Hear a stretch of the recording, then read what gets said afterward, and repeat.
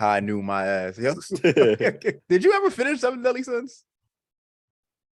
Any of y'all? I know I didn't finish. I just read the manga because I hated it after season 3.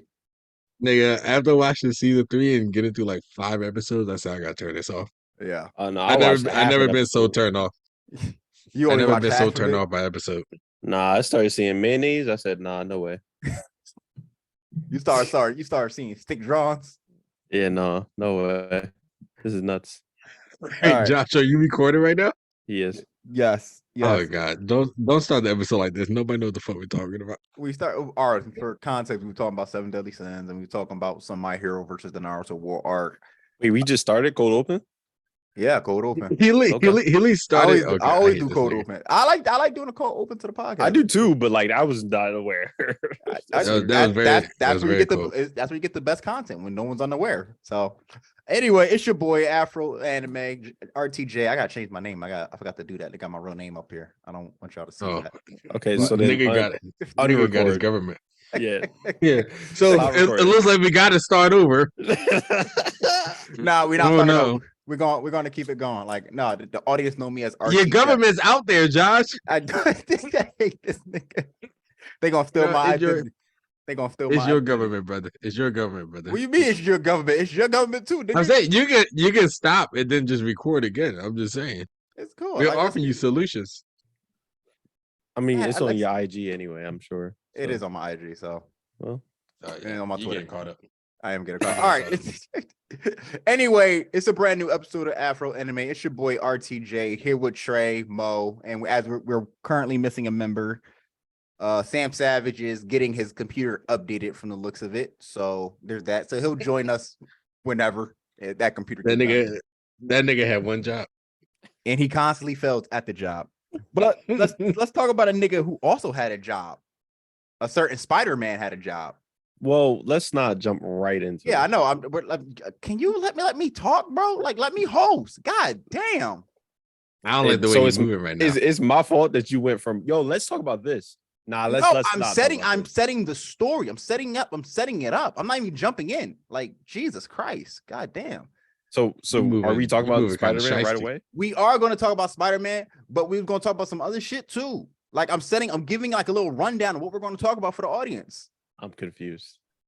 I don't know how you're confused. Anyway, audience, we're talking about Spider-Man. We're going to be talking about some anime, of course. Demon Slayer.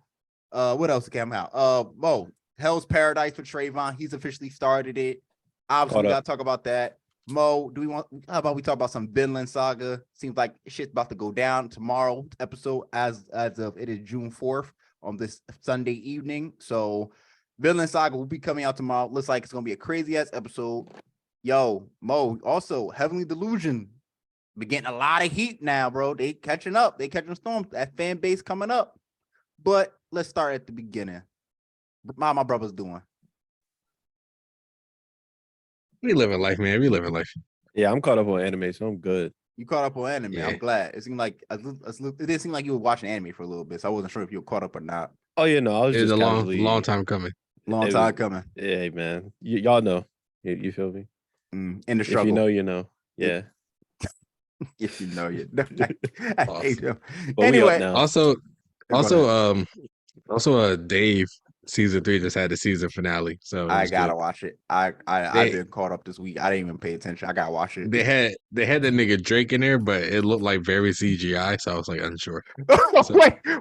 Wait! They had AI Drake in there. That's crazy. Hey, they had AI Drake.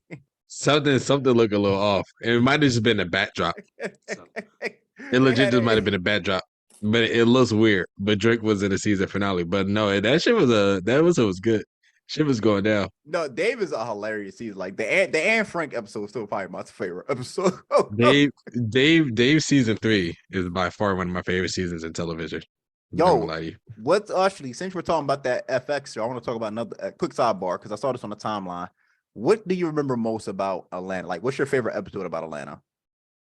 I know what you're talking about. My favorite episode though is the barber one, when a nigga trying to get a haircut. Yeah, and the barber keep it like, yo, hold on, brother, 1 second. Hold on. That is so real too. Like niggas, I gotta go take this trip. 1 second, blood. The crazy part is, say, cut my hair.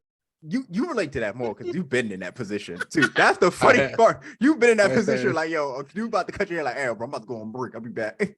It's like, what that's probably my favorite of all time Atlanta episodes, honestly. But I mean, episodes of season 4 were also really good as well. It's hard. I'm about to say that Crank That episode probably was one of my favorites because it had the Crank That because it was funny as shit because you had Donald Glover's character and you had my man Lakeith David. They going after the sneakers, so they get in the van with the dude who got the sneakers. He was like, all right, what we gotta do to get these sneakers? He was like, kiss.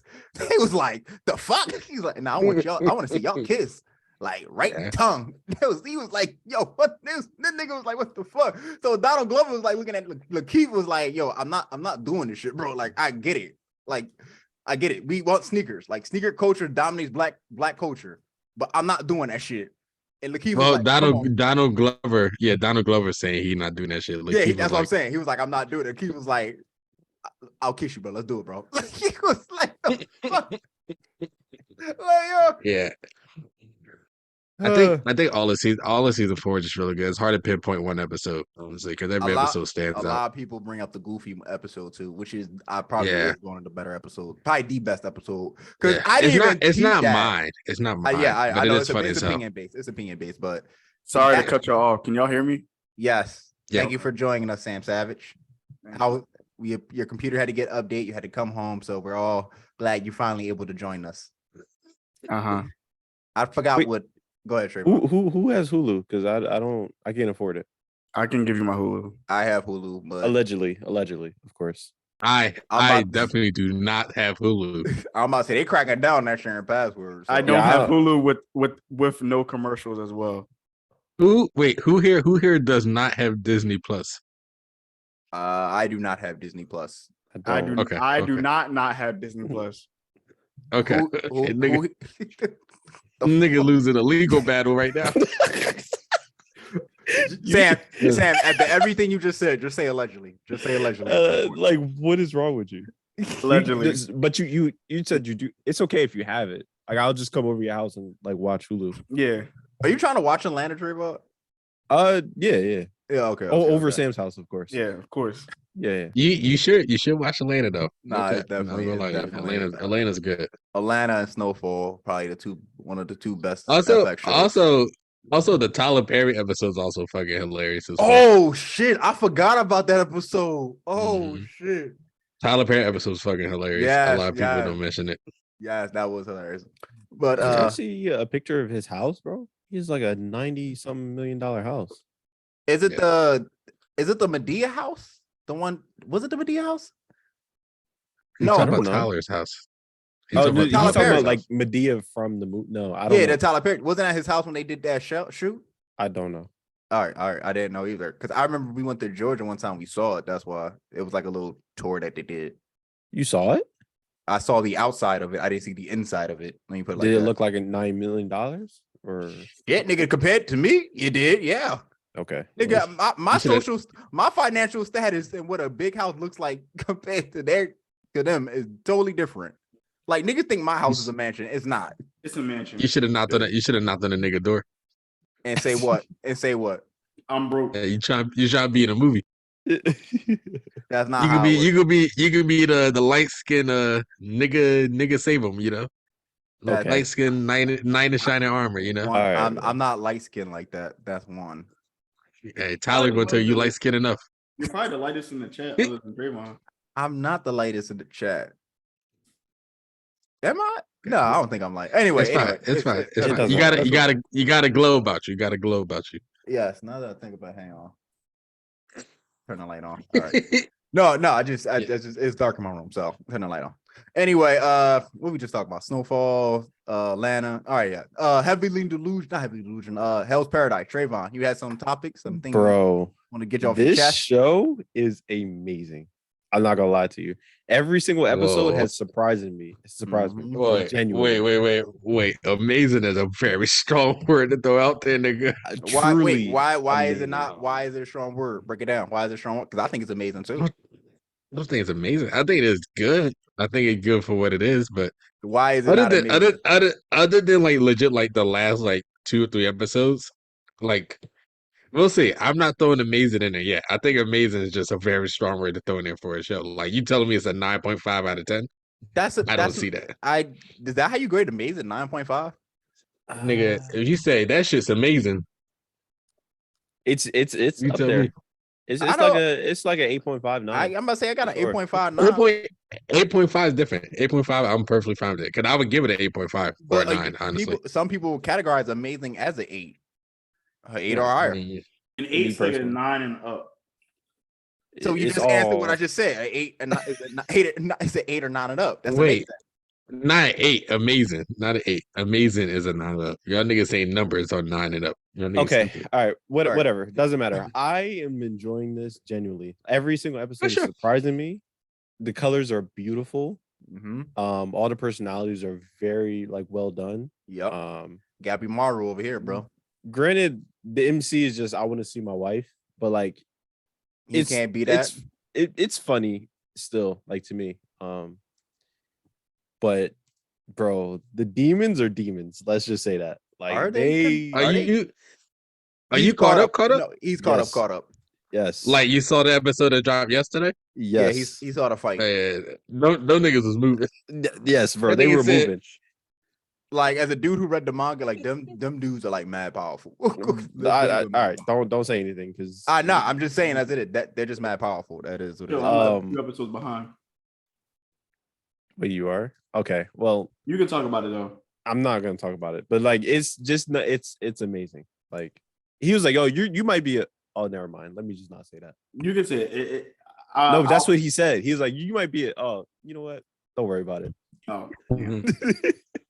Yeah, I won't say anything else. I won't say anything else as well. But last episode was hitting. I ain't gonna lie to you. Them niggas Literally, said, I gotta beat you faster than you can regenerate. literally hitting. Like they were literally throwing bombs at each other. So Yeah, we'll see. We'll see. I'm definitely treated. I am enjoying it as well though. And I'm it's I've a been- nice, easy I watch. as well. Told y'all to watch Hell Paradise. That shit is fire. Even from the first episode, I was very intrigued of what this was Calm trying to do. down. I wasn't caught up Okay. on anything, so Okay. of course I wasn't. There you go watch it. hating. But no, I like the fact that it has this like I'll throw a comic book and I have this Suicide Squad feeling to it where you got a bunch of criminals now have to work together trying to not save the world, but stay alive in this hostile environment filled with demons and monsters that they don't know what the fuck is going on, to the point even their handlers like, yo, what the fuck? Like, why did we come here? Yo, they literally sent, you remember that giant nigga with the yo, he killed that redhead swordsman. We all thought that redhead swordsman was him. It made him say, nah. Yeah. I was like, dog, this is false advertising. Yeah, I was like, bro, that man, he must be nice if he talking like that. He got clapped easily. Easily. Said, Sword broke in front of him. And even still, like, okay, I'm not going to spoil it too much, but we're still seeing him. So, like, who is he? Yeah. Yeah. So, yeah. Anyway, moving on. We're gonna move from one demon slayer to another demon slayers. We're gonna talk about the demon slayers. I think that sounded pretty smooth. Did that? No. you tried it. Well, aren't they technically demon slayers since they're trying to in this hostile environment full with demons and they're fighting them? And they're technically demon slayers? I don't think they're like monster slayers, I guess. If anything, Oh my god! sure. All right. Yeah, we don't want to say too much. Obviously, you read the manga, so you really can't say anything. But yeah. All right, moving on to the demon slayers. You know, Tanjiro and company. You know, the Love Hashira, the Miss Hashira, Mo, Trayvon. She's thorough. That's all I gotta say. She's very thorough. Of course, you will notice that. But Mo, Trayvon, you got anything you guys want to talk about? Because obviously the last episode dropped this morning, I believe. Mm-hmm. All I'm gonna say is that right now we up, nigga. Trayvon disagrees. So no, not that I disagree. I was led to believe that the upper moons were all a problem, and like Hashira would die. I mean, they are still looking. No. It's still looking a little bit too easy, and I think my expectations are way too high. So I was talking to Josh earlier. I was like, all right, just stop talking about Demon Slayer because my expectations are way too high, in which like the stakes feel like they're going to be higher than what they actually are. Like Hashira is still killing demons, which is good. Don't get me wrong. But like I thought it would be a lot harder than this. if I were to say that. Well, you have to take into account that the nigga who like just beat Upper Move 5 is like top 2 or top 3. But if Josh didn't tell me that, how would I know? I mean, you got hinted at it in season 2. No. In season 2, they hinted at it when Uzai was like, "I'm not like these two niggas," and it was the stone, the Earth nigga who's blind, and it was The the Mist nigga. It was those two niggas that popped up. He was like, "Yeah, I'm not like them. They're generational." But I'm me, nigga. They're missing one more, but that's a story for different. Yeah, I won't say who, but I'm saying like they were labeled by Uzai through his monologue as definitely being like generational. They were the KDs, the LeBrons. Yeah, like remember they don't even talk about Rengoku like that. Like Rengoku was a fierce swordman, but like compared to them other niggas, they was like, nah, he ain't. Yeah, for sure. Rengoku was like mid level, like literally mid. Yeah. But Rengoku was also like self-taught, which is like amazing for somebody who like did what he had to do. His father wasn't teaching him shit. That's for damn sure. That's for damn sure. I think I just hyped up. Nigga is self-taught. I hyped up the fights in my head a little bit too much, which is like genuinely like is my fault. Like I'm not gonna fault Demon Slayer for that. That's just me. Hey, I'm gonna say this. And I said it when this season started, and nigga said, "What you talking about?" I said, "Season 2. I don't think anything's gonna cap it until we get to the final season." It isn't. The season 2 is still the bar for Demon Slayer. The final season will be the peakness of Demon Slayer. Yeah, every time you say it. No, but I can't even talk. When I said that, Mo keeps cutting me off. I can't even talk. So no. I'm just saying when I said that, your niggas chuckled at me, and I was like, I think season 2 is. I didn't say anything because I kind of agree with you. Like I didn't say anything to that. Oh no, Josh. Me and you said that we thought the season was gonna be okay. Like it's probably gonna top it, but then like the way the season is hitting, but not like season 2 did. Can I talk now? Thank please? you, Sam. Thank you. I appricate that. Can I talk? Because I got bullets for all your points. For one, no, you did our bullets. Nigga coming in flat. Clip. I can't. Audience, I can't talk. I can't talk. Go ahead. What I'm saying. Go ahead. What I'm saying is that listen, season 2 is a phenomenal season. This season 3, I never shot at your idea. I never shot it down. I just stayed quiet because I really didn't know what to expect, even though I kind of knew the story. Like these two demons aren't like the premier demons. Like Upper 6 is cooler than them. These versus these two, like they got cool abilities, sure, but it's not like they interesting. Upper 6 was cool. Upper 6 was fierce. Upper 6 looked dope. Upper 6 had a fucking twin that was basically a size me twin sister that was fucking niggas up still. These two are like they okay. You still got the other 3 coming. Upper 1, upper 3. But when you I agree. I'm not finished. Let me finish. Upper 2 and 3. Yes, like you said, the final arc will be the like epitome of best animations we probably ever seen from this entire show because of what those fights are going to bring. Those are their best fights. Those three bring out the best fights out of this entire show. Leading to that, now, hang on, I want to go to Trayvon's point. The fact that he's not seeing Hashu's die. Yo, do not wish for that. Do not wish for that. Give me that. Give me what I want. And you're going to regret that. I hope so. Give me that. Okay, Sam. Okay. Hey, but like, go ahead. Go ahead, Trey. I just I don't like hyping up things too much. So let's stop saying that. Let's just enjoy what we have. That's all I'm saying. And that's a fine point. What my point was when I was talking about, at least with season 2, like the fighting, like just like the choreography of the fights was like something I haven't seen before. And I think that is also something that like uplifts season 2, at least better than this season so far. Which, it is what it is. But like, that's what I was like, Uzai's weapons were fucking like crazy ass weapons and like throwing it. Now we're going back to just like regular sword. We got a gun now. Glock breathe, I'm fine with it.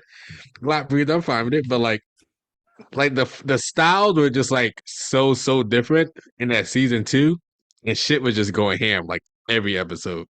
After like episode 4, episode 5, shit was just hitting the fan every episode. And also Uzai was just that nigga. Like he the drip Hashira for we keep it in the buck. Like he was just that nigga. Nah, he the Riz Hashira too. But also I will say too, like to go against your point, Josh. Am I lying? In the support Yumo, is like you would think that upper 4 and upper 5 would be stronger or better than upper 6 because like they're higher rank. So you would think they bring For more sure. to the table and definitely murking niggas. Now I'm not saying like they don't got cool powers or whatever, but like you can tell like upper 5. It's not concrete. It's not concrete. Yeah. Like an upper 6 could pretty much be an upper 4 on a good day, you know?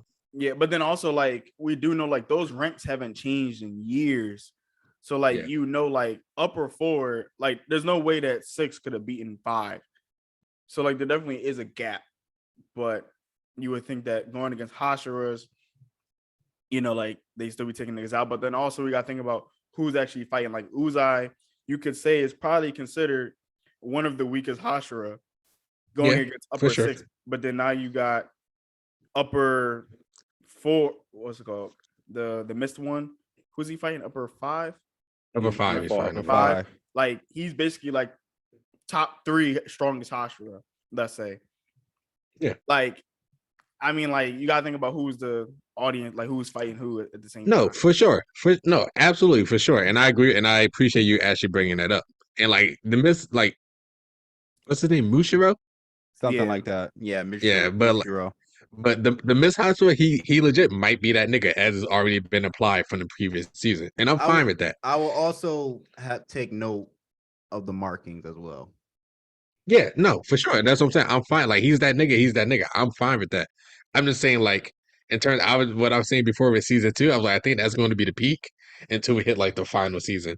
But like, I think there's like the bottom 3, honestly, and then I think there's like the top 3. And at that point, it might just be a top 2 and then upper 1, you know?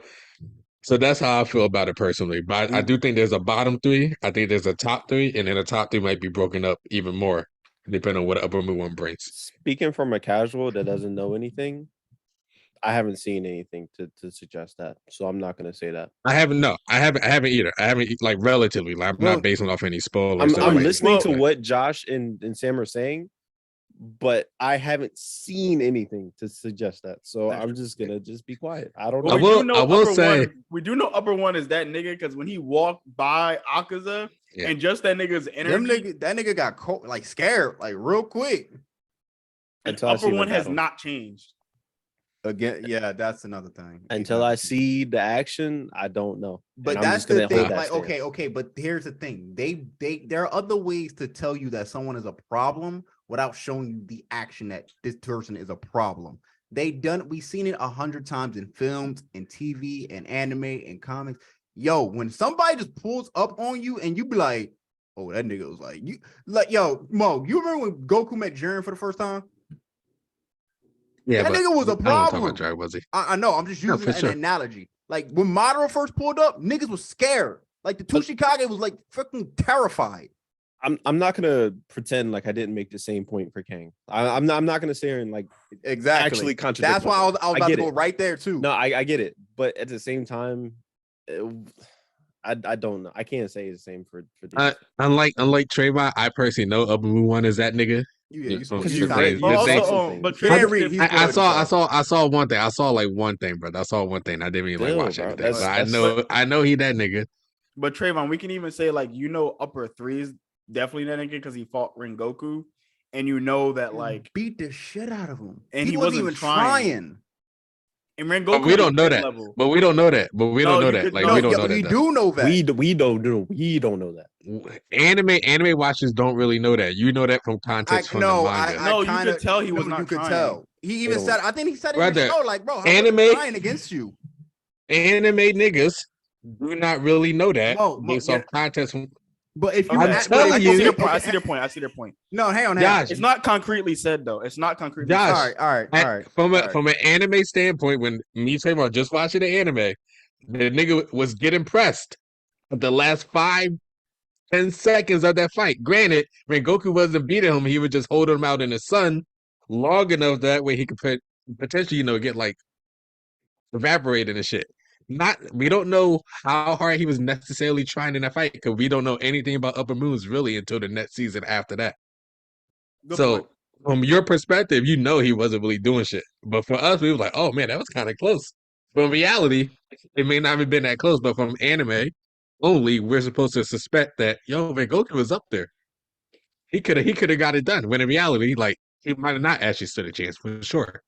But anime only, that is our assumption until further knowledge. So when I said that, like, did that not come across? Like, I don't know, like, where did that get misconstrued? For what? Your upper moon 1 point? Basically, what you just said was what I've been trying to say. So, like, where did that get No. I mean, I'm not disagreeing with you. I understand. I'm saying like upper moon 1 is definitely that nigga, especially his energy during that meeting. He was coming off a little differently. That's fair. And I'm like, he was talking to Muzan a little crazy. He said, nigga, how about you find it? Because even Muzan respects Upper Moon 1. That's the thing. No, exactly, for sure. And I'm saying we know he's that nigga. Okay, he was like, y'all ain't do nothing for 100 years. He was like, nigga, how about you do it? He said, you find the flower there, nigga. That's kind of crazy. You find the sword niggas. Go ahead. You him, right? He ain't say nothing to Upper Moon 1. He said, Upper Moon 5, come here. Grab that nigga's head. Where my shit at, nigga? What you know? That is so that's all I'm gonna say. But I know Upper Moon 1 is definitely like in his own right. But I think like season 2 is definitely gonna be like peak Demon Slayer for me until final we arc, get to like which is probably the next final-ish arcs dependent. But I'm really intrigued to see like what my boy Nosuke and what's the other nigga name? Zenitsu? Nosuke and Zenitsu are like doing in the meantime. So I'm intrigued. I know they're like on their own shit or whatever, but I am intrigued for sure. It's the fact that I forgot all about them niggas and now I remember what they was doing, but it's I'm just gonna keep it to myself. Also, let's talk about how like I don't know if you could say it's BS, but the way Tanjiro is leveling up. I don't think it's BS, bro. I don't think it's BS. I think he's learning. No, wait. Man twisted his ankle. Like he literally got his foot twisted and like I don't know, something happened to his foot. He's still running. I was like, what is happening? Adrenaline. That's adrenaline. He got his foot twisted and then literally got grabbed and almost swallowed. Pause. But he literally got swallowed after that. He got saved. Yeah, he can still breathe. He was getting like crushed though, for sure. So he got saved at the last minute. Tanjiro's power levels have always kind of been tricky to tricky to figure out. Well, you can say that about all. I don't think it's an issue. I don't think it's the issue too, but you can say that about a lot of the Demon Slayer power levels in the show, that they try to balance it and sometimes they fuck it up when they try to balance it. So it is kind of weird because I don't agree. The only reason why I say that partially is because, like, you know, last season when Tanjiro tried to use fire breathing, that nigga had an asthma attack mid-fight. Exactly. And in this one, that's the issue. Now that nigga doing that shit smooth. Granted, he's also being supplemented by Nezuko's fire as well. But he has as well. So it's making it a little easier. But it's not like he's training to. He's not like he's trained to use the fire breathing. He's like picking it up and just doing it. That's kind of the issue where fans are coming from, and I kind of get it because that's the issue we kind of had with a lot of shit with Naruto. Well, his breathing is sun breathing, isn't it? No. Well, I know it's water. It's water, but he's a sun breather. But because he just picks it up instantly because he watched his dad do it all the time. He just picks it up instantly. I could just do this shit now.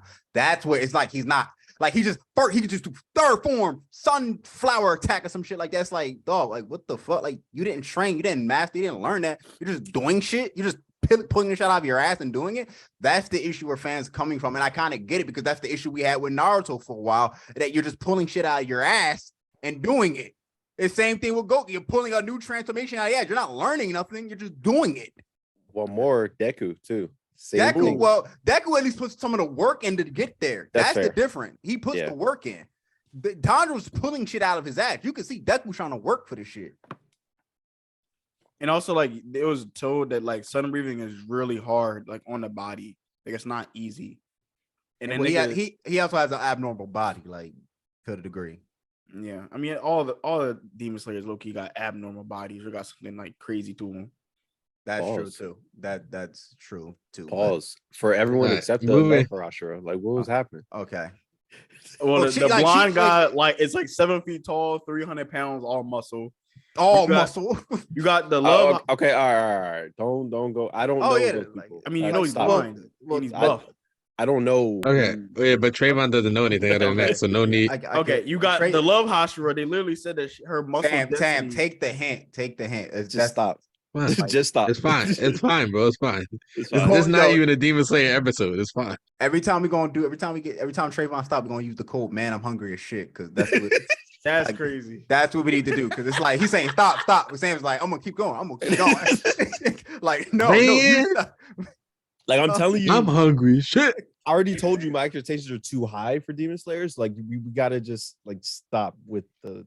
So real quick before we move on, are they too high because of these niggas here, or are they too high because of season 2? It's too high because of them, and but it's not your fault though. Like I understand you're so hyped for it, so I'm not blaming you for it, but it's just how I am. I'm hyped mainly for the animations. It's not even the story. I'm just hyped for the animations. Like at that point, because it's just like I know what the story is, and I have my thoughts and opinions on the story. Because I was hype on the story, but then I was like, okay, I see what Sam is talking about or others. But I just want to see the animation because the animation has just been so clean since season 1 to season 2 to season 3 that it's like, damn. Like for him, then to animate the mist breathing and to animate the lighting of the sword, and it's like that shit is fire. But moving on, let's move on to another topic, which I'll speak for myself. I had very high expectations, and boy, my expectations were delivered and then some.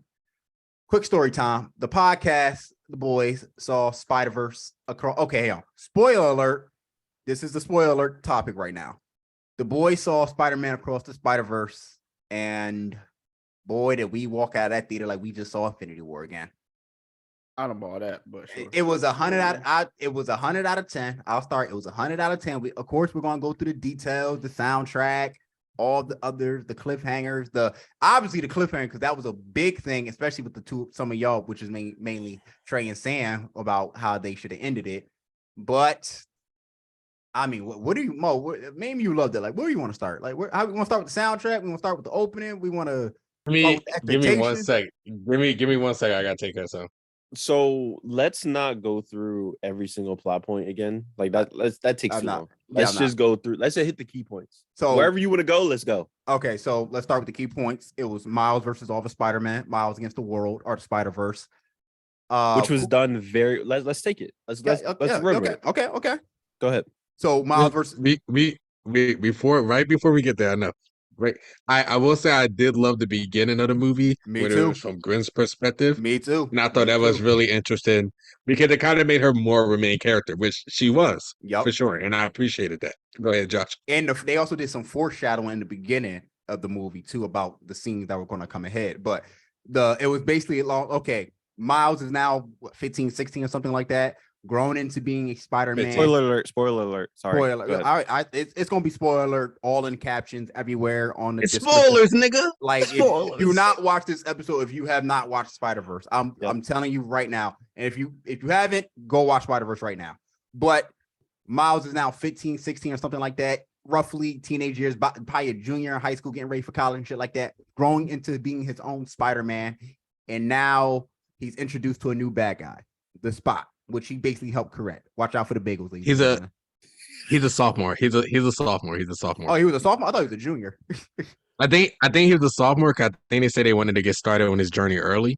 So I think he was a sophomore. Yeah. Oh, it could be a sophomore. You could do that as a junior either too. But either way, watch out for the bagels. But the Spot, first off, shot like, for the way they did the Spot as a comical, goofy villain turned into this super powerful, multi-dimensional antagonist. Top tier. They made this nigga a top tier threat, and he was whooping their asses like in around the middle of the movie, especially when they went to like Mumbai, which was like the India Spider home. So basically, it's Miles against everybody, against the Spider-Verse. Miles starting to realize it's like, okay, why not y'all fucking with me? Like, what's going on? What do I do? Like, I'm chilling. I'm trying to be friends. I'm trying to network, build connections, that type shit. It's come to find out that Miles is so-called an anomaly. Yeah, fake nigga. That nigga's a fraud. Fraud alert. Okay. A phony. Of course they do that to the black man. That's all I gotta say. That's crazy. That's crazy because Hobby's black, but we'll get into that too. Hobby. We'll talk about Spider-Man too. Yeah. But basically, Miles is a phony Spider-Man, which harkens back to Spider-Man Into the Spider-Verse, where you saw that spider that bit Miles start to glitch out. Nobody peeped that in the beginning until they harkened back to it in this movie. And they said, nah, we planted them seeds there for foreshadowing for a reason. Crazy foreshadowing, It's brother. a hella. I watched Into the Spider-Verse again today. It's hella foreshadowing in that first movie. Hella foreshadowing. But where'd you watch it? I watched it on FX. It's on television. Is it's on it cable. Is it on? Is it on Disney? No, it's on on Hulu? it's on FX. I don't know. I'm asking if it's on Disney Plus though. Because No, it's Marvel, not. right? It's not. I checked too. No, it's Sony. I think Spider-Man is still Sony. Yes. So I only saw it on FX cable. So you have to watch it with commercials. Like app. I don't know, nigga. I don't watch. Man, FX. I can't afford that. Outside of Dave, that's all. And Snowfall and the I got it. I watch on FX. I'm trying to get my girl to watch it with me so we can see the movie. She never watched it. She never watched Into the Spider-Verse? No. Oh, that's a. But she didn't believe me when I said it was the best movie I've probably ever seen. It is. She laughed. She laughed at me. We will get into rankings because I know. We might be watching the greatest comic book trilogy ever, and I know it's crazy because we just talked about Guardians of the Galaxy being one of the greatest, but we might be watching the greatest comic book trilogy ever. But back to the plot. Okay, Miles versus everybody. He's a phony Spider-Man. He meets 2099. 2099 is played by Oscar in this case, voice acted by Oscar Isaac, who smoked his role. He's a phenomenal comic book actor. Anything he kind of works on is very well done and very good. He's been in Moon Knight, been in X-Men Apocalypse. He was in Dune. And now he's voice acting 2099 Spider-Man, who's from the future. 2099 goes on to this little monologue or soliloquy of saying like, yo, everything happens for a reason in the Spider-Man universe. Uncle Ben dying, a loved one dying, a close friend dying. This shit happens so we can be better heroes. It's what makes us Spider-Man. Exactly. It's called the canon event. By any means. No. But technically, actually, I'm wrong. Yes. But it's called the canon event. So Miles is like, well, this is a mathematical equation. Like, I'm not like, what the fuck is going on? Like, 2099 just says, like, yo, you can't do that. You just Your stop. pop's gonna die. God damn, Sam. Jesus Christ. That nigga Sam spitting. He's right. I'm getting to that. Like, I'm trying to pick your ad-libs correctly, bro. I think, wait, to correct you a little bit, I think that it's not just mathematical equations. It's more so like Spider-Man. The Spider-Man always want to just help. If they can help, they will help. That's really what it is. That's the thing Miles was challenging, is that, yo, we're Spider, like, our job is supposed to help people and save people. So you're asking me, one, to let my father die because of a mathematical equation or a fate of destiny that tends to happen throughout the entire Spider-Verse versus helping him, which is kind of bullshit. That I was mad at canon Spider-Man, Peter Parker. I was like, bro, if you had the chance to save your uncle, you would have done that shit.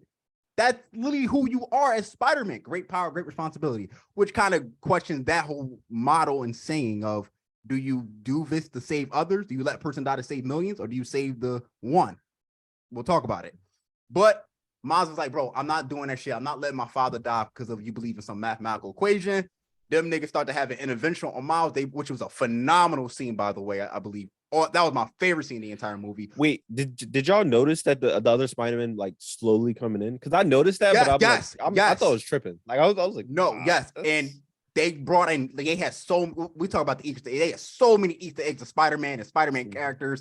Donald Glover was Prowler. It was so much. They brought in Spectacular Spider-Man from the TV show. He got a couple of lines. Like, this shit was phenomenal. I was geeking out in my fucking head of just watching that scene. But that whole intervention scene, yo, Miles, yo, he a nigga at the end of the day. He said, yo, okay, let's run it back, bro. I'm not doing this shit. Let's run it. You want to fight? Let's fight.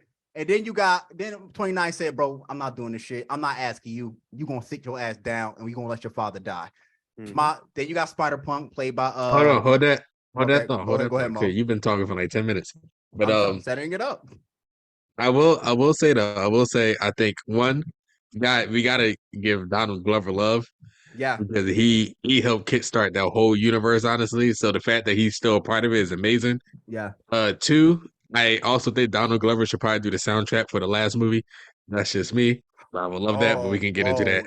We can get into that later, but I would love for him to like spearhead that. We'll talk about soundtrack. But we'll talk about future stuff later as well. But I think he should do it for 3. Because I got a person in mind too. There was one more thing I think I wanted. Oh, I think also, and I mentioned it to y'all about like the Peter the Peter that like died in the first one and him Yes. kind of being relevant. I was like a little confused by that, but I guess he's from like Yeah, so the Peter from his own they dimension. never really described. Did they say what Miles' universe was? Like, what was the number or some shit like that? Because I only know it as the Ultimate Verse. That's where Miles was first created in the comics. I forget the number. I forget the number. It's 19999. No, that was Yeah. Tom Holland's Spider-Man. That was Tom Wait. Holland's. Because he meant that was actually a funny joke too. He said, "Don't get me started on that Doctor Strange and the Nerd from the Earth 19999." That's Tom Holland from the No Way Home. Yeah, movie. yeah, you're right. You're right. But Yeah. we'll get into that later. But intervention. Miles says, "Yo, I'm not doing that shit." Bust out of their little prison. They What's had that? an intervention for that nigga. They did have intervention. It's 1610. Sorry. Go ahead. 1610. Thank you, Trayvon. Yeah. 1610. So in 1610, okay, it's Miles' homeworld. Miles bust out of the prison. Boom. Now it's literally Miles against the entire Spider-Verse. This nigga is ducking, dodging, weaving everybody. Bust out of a fucking skyscraper into a futuristic city. He don't know what the fuck is going on. And then there was a lot of scenes that I enjoyed. One of them was the Gwen scene when she saved him and he just grabbed it and just said, "Nah, I don't want your help no more because I can't fucking trust you." And that's his girl too. So Hey, that's not his girl yet. Don't we That's put not it his in? girl. Don't we Wait, put in? to throw it back to the beginning, bro. That Corleray song. we gonna That talk song about it. Is fart. Go ahead. Yeah, self-love. We're gonna talk about it. I think it's the second best track, honestly. 'Cause I got Wait. I ain't gonna hold you. I also like the A Boogie song with Nav and Sway Lee. That shit, I think it's called Calling. That shit fired to me too. Because A It was Boogie was cool. just spitting. Oh my god, you're such a hater. It was cool. Oh but my okay. And Nas Morales is fired too. Nas Morales, because the instrumental was just cooking, bro. He was cooking. But Okay. Go ahead. intervention. Okay, long story short, Miles escapes all but Spider-Man, gets back to the base. Before that, he actually gives 2099 some hands. Says him like, "Bro, I'm done letting people tell me what the fuck to do. I'm doing my own thing." Hits him with a Venom Blast, dips, gets back to the base. It wasn't a Venom Blast. That was It was that's what it's it was called. Venom Blast, electricity. right? That's It was what- like that's- power. But no, that's what it's called, Venom Blast. I don't know if it's called that. That's up. literally that's what it's called in the comic. It's called a Venom Blast. When he uses his What? electro power, it's called Venom Blast. You can look it up. I swear to God. How you Alright. gonna tell me when I played the game and it simply says Venom Blast? I believe you. It just didn't sound right. But go ahead. I'm not the shit, nigga. Nothing in Marvel sounds right. But No, it's- I agree. I agree. Point is, Miles hits 2099 with a kind of Venom Blast, dips, gets back to the base, starts activating the portals and shit. Like, I gotta get the fuck home. Gets scanned by the little scanner thing. 2099 comes busting in like a bat out of hell, punching the shield, about to rip that shit open to get Miles. He looks at the Black Spider-Woman. He was like, "Yo, won't Black do it?" Black did it. She let him go. Yo, that's Riz on 100. That bro. nigga. That nigga. That nigga. He was setting it up from the beginning. He was Yeah. like, "Yo, won't Black do it? Won't Black do it?" She's Black like, did hey, come on now. You feel me? and He Black said did Gwen. He said Gwen who? the snow bunny. Nah, stay loyal to the Black bosom. But That's crazy. That's crazy. that's nasty. That's nasty. No, that was a joke I heard on the podcast. That was funny as shit. But No. Corny. where were we? Oh yeah, he escaped the Spider-Man. 2099 loses his shit on Gwen, goes off like, "Yo, you can't be trusted. I warned you. I'm on your ass now. Balls, but I'm sending your ass home." She's already got to deal with some personal shit because her dad found out her identity in the beginning too, and was going to arrest her before 2099 and Just Drew saved her. Just Drew was also played by Issa Rae, but She smoked that. yeah, she smoked it. It was and Spider-Punk was played by my man from Jordan Peele's movie DK. Daniel Kula. Daniel Kula. Kalula. Kalula. You don't even know how to say his last name either. Brother, it's Kalulu in my head, so that's why I had to like fix it. That's why I call him That's why I call him DK. But Don't call that nigga Donkey Kong, nigga. I'm not calling that nigga Donkey Kong. You associate it with Donkey Kong, nigga. That's Metcalf. DK Metcalf. That's crazy. Oh god. Oh god. But point it, where were we? All right. Oh yeah, Miles escapes. 2099 goes off on Gwen. Gwen before she gets banished from the Spider City was like, "We're supposed to be the good guys." 2099 is like, "We are," but didn't really sound convinced because it's like he had to say it again to convince the other Spider-Man. They were starting to have doubts. It was like, yo, this don't seem like some good shit. This don't seem like some shit that we supposed to be doing. So and everything not black and white, brother. Exactly. It was very, very great because I really thought long and hard when about that situation, which is why Spider-Punk, which is one of my favorite characters in the movie, so it was like, yo, I'm not doing this shit, because even he was like, this don't seem right, bro. This doesn't seem right. And he won gold medal for best instigator as well. That nigga was instigating. The moment we saw that nigga was instigating, he was like, yo, Miles, your palms. That nigga is such an instigator. But Gwen gets sent home. Was funny, bro. He called that kid an anarchist. That he said, yo, thank you. He told Peter's daughter, like, yo, thank you for taking a shit against something, against like injustice or some shit like that. It was funny as fuck. I was like, what the fuck? But okay. Miles supposedly gets back home to his universe. Come to find out that, and then confesses to his mom, like, oh, I'm Spider-Man and shit like that. I gotta save dad. And come to find out, like, this ain't Miles' universe. He started glitching out. This is the universe where his own spider came from. The universe without no Spider-Man. Also, Miles' mom, all day, every day, she could get it. All day, every day. That's crazy. Miles, I'm just saying, bro. All Miles' mom, now, all day, every day. Now let's slow down, because you just been talking for the past 10 minutes. But let's slow down. Let's rewind a little bit. What do you want to talk? Where do you want to go? Because so I think, and I remember when it was happening live, when the nigga got teleported, and I was like, in my head, I wasn't thinking about it, but as soon as he like popped up in his room, I was like, what if we got teleported to the universe where the spider was from? I didn't peep that immediately. And then when I saw the uncle, I said, yeah, he there. No, I didn't peep that. When you saw the uncle, that's when you really realized, he in a different universe. But I started realizing when I saw Gwen in his room, so I'm like, wait, why is she there and he not there? The math is not mathing here. Why is they? But they were also room? Why didn't they were also hinting at it? They were hinting at it because they were like, "Yeah, I'm Spider-Man," and the mom was like, "What the fuck is a Spider-Man?" Yes, and I'm thinking I'm getting punked like she always knew or some shit like that. Then to find out, the Uncle Aaron Prowler is alive in this other universe, and Miles' dad is dead. Supposedly, also in my head, I'm thinking the uncle piping the mom too, the way they was talking. Okay. That I'm just saying, y'all ain't gonna say and tell me y'all ain't think the uncle was piping the mom. Like, but I don't think did y'all hear when Gwen was like, "Oh no, he's in the wrong universe"? Did y'all not hear that? I heard that. Okay, but that's when it kind of came official. Like, I knew, I kind of figured he was in the wrong universe because he was in the same exact room as Gwen, but he wasn't in the room. So I'm like, what the fuck is going on? Unless the other spiders got to him first, and she's late. That's when you found like, oh shit, he's in there. Like they both kind of said at the same time, I'm in the wrong universe. But come to find out, okay, Uncle Aaron's alive.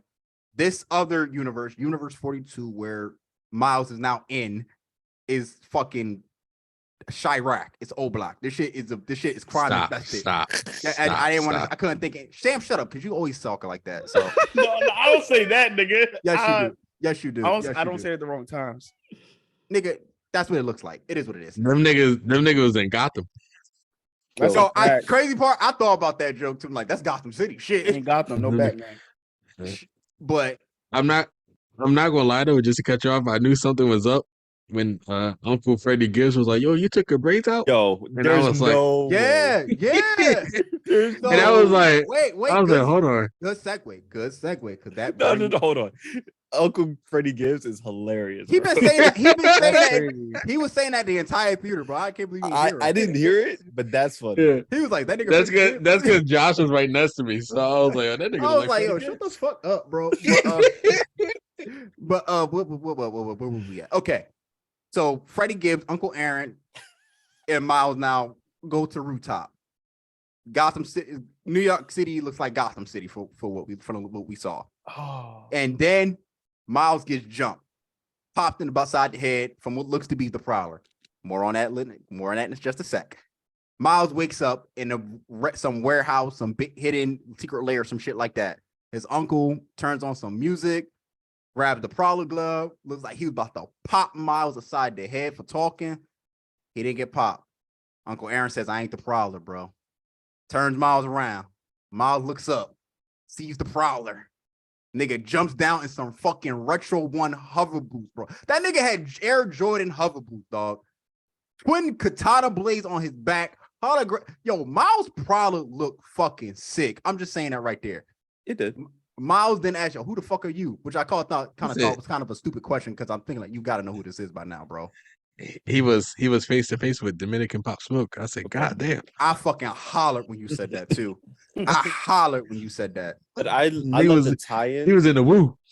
I love the tie-in because of course he's living with his mom more, so of course he's gonna pick up that accent. So naturally he's gonna sound more. And his dad's not Hispanic. there. Exactly, he's gonna sound more Hispanic. Yes. I didn't even peep the accent too until like a little bit later. I was like, he's like, I'm not gonna try and attempt it, but opens up the map. This is where it gets interesting. Miles tells him like, yo, you gotta let me go. We gotta save our dad. He said, nah, your dad, bro. My dad dead. And he was like, all right, let me go so I can save my dad. He's like, why the fuck would I do that? And now we get to the final scene. Miles is kidnapped by Uncle Aaron and evil Miles Morales, who's the Prowler. 2099 with Just Drew is in Miles' home universe with the Spot popping up, who looks menacing as fuck, looks like about to cause mass chaos in New York City. Now Gwen rounds up a crew. She gets Peter Parker with Mayday, Hobby Spider-Punk. She gets Indian Spider-Man, India Spider-Man. You got Nemo. I know. It's a couple of the niggas. It's 10 at least. Nah, I think the Avengers assemble. The Spider Avengers, basically. Basically, it's the characters from the first movie too. So they go rescue Miles, and we get hit with a JoJo, AOT, One Piece, to be continued. Theater box. That's the AOT shit, bro. Ain't no JoJo, bro. That no JoJo do that shit. Shit, JoJo, One Piece definitely do that shit too. To be continued. Demon Slayer been doing that shit. They just hit some crazy thing happens and they just roll the credits. Not even to be considered, just roll the credits. Okay, so one at a time. How did y'all feel? I'll go last. I didn't say I get scammed, but I fucking enjoyed it. But also I was obviously hot because I'm like, yo, you kept me at the edge of my seat for almost 3 hours of a film. It's kind of like how I felt when I watched Infinity War. Like, I want the next 3 hours. Like, I don't want to leave this theater box. Play it right now. I don't want to wait. I loved it. But you knew there was going to be 2 parts before you went into Infinity War. No, I didn't. No, that's not true. Infinity War, yeah. Infinity War, I think. They literally said it. No, I thought you were talking about Spider-Man. My fault. Yes, Infinity War, you was right. But still, that cliffhanger still left you at the edge of that seat. You was like, holy shit, because you didn't think they were going to do all of that. You didn't know how Infinity War was going to go at the end. You didn't. No one predicted what they was going to do at the end. Nobody predicted Thanos getting all the stones and winning. We thought he was going to get at least like maybe 4 of the stones and he was going to get the other 2 at the second film.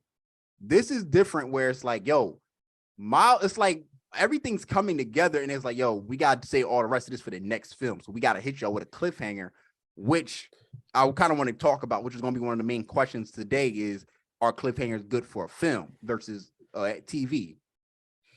Because I want, because I know Sam and Trey disagrees. Me and Mo are cool with it. I will say I enjoyed the not that I enjoyed the cliffhanger, but I'm not mad at it. I loved it. I think a part of me worries that can set more of a precedent for other films to do it that aren't as good. Yeah, is my only concern. But when it's done right, it's done right, and I can't be mad. I already got a movie for you that already did it. That's not done good. Fast X. Oh no! Well, yeah, I mean, I'm not watching that series. So I don't really care. I know. But that's what I'm saying. Like, I just seen Fast X yesterday. You make a valid point. Thank you. Like a movie, like people, this was the first ever cliffhanger they did, and niggas was like, what the fuck? Because they don't do cliffhangers. They never did cliffhangers. Like maybe a post-credit cliffhanger, but like nothing like that shit. For Marvel, superhero movies are different because they usually Infinity War did it, Hunger Games did it, Harry Potter did it. So but the difference is they told everyone they were going to split it before the movie came out. Mm-hmm. This was just like we're going to give you all the plot points. Oh, this is about to be the climax. Psych, to be continued. Psych. Huh? I'm fine, and I'm fine with that. That's the thing. Because if they didn't do that, they would probably cram too much of it into one movie that would have been terrible, or they would have rushed the pacing of this film to make sure we could get to the third film. I don't want that. This was properly placed the way it should have been, left on a cliffhanger You've already promised us that this is coming out March 2024. If everything goes well, now both you and Sam Points will carry validation and make sense if the movie gets delayed. Because you talked about this after we did our little post-movie review after we left the theater box, that if like you're trying to make people still recall everything that they saw in this film getting ready for the third film. So if say people who didn't watch the first two films go into the third film, you got to cram all that knowledge into them. I mean, it'd probably be like a quick flashback or something. The movie's coming out late in like less than a year. Yes, that's what I'm saying. I think this still works for them, but that only again, if it gets delayed to 2025, then you got a problem, because then it's like you got to really bet on people to still remember everything that's going on. Well, I have a question for Trayvon and Mo. Do you like it at the end of every single time when AOT gets to the end of the season? Not the same. Not the same. But it's a valid comparison. It's not the same, but no, I don't. It's not the same, but Sam has it is a valid comparison, because I'll take it to another point. Because you go in there thinking that the season is going to end, because they always say this is going to be the final season. Not only that too, but not like with AOT, you expect some shit to happen. At season 1, they showed the Titan's face. Season 2, they whatever it was, Lee find out Aaron has the coordinate. Season 4. I know. Season 4 is its own monster. We're not talking about that. Like season 4 is its own monster. No, how is it his own monster when it's been doing the same? Well, was Sam talking about breaking up in parts or breaking up in like cliffhangers? No, I'm talking about cliffhangers like season 4, because when season 4 first started, season 4 has been off. This is going to be the final season. When the first season, that's what they said. And you got to the end of the season, you're like, it's been season 4 has been all but nothing but cliffhangers. But you can't say about season 1 to 3, because you knew that, like, yes, it took 4 years to season 1 to season 2, but you knew, like, obviously there was more material. Like, no, that's not true. That's not true. At the end of season 1. No, that's not true. Because you of all people should be able to speak on that, because no one knew what season 2 was gonna do. Nobody knew season 2 was coming. It took y'all 4 years. I'm not talking about the time gap, but I'm saying in general, you knew that there was more material. Okay. In general, you knew there was something there. Now, whether or not the timeline, that's a different story. But like in season 4, like the studio literally came out and said, "This is it," and it was Cap. And then they did that in season 2. They said, "Oh yeah, actually, no."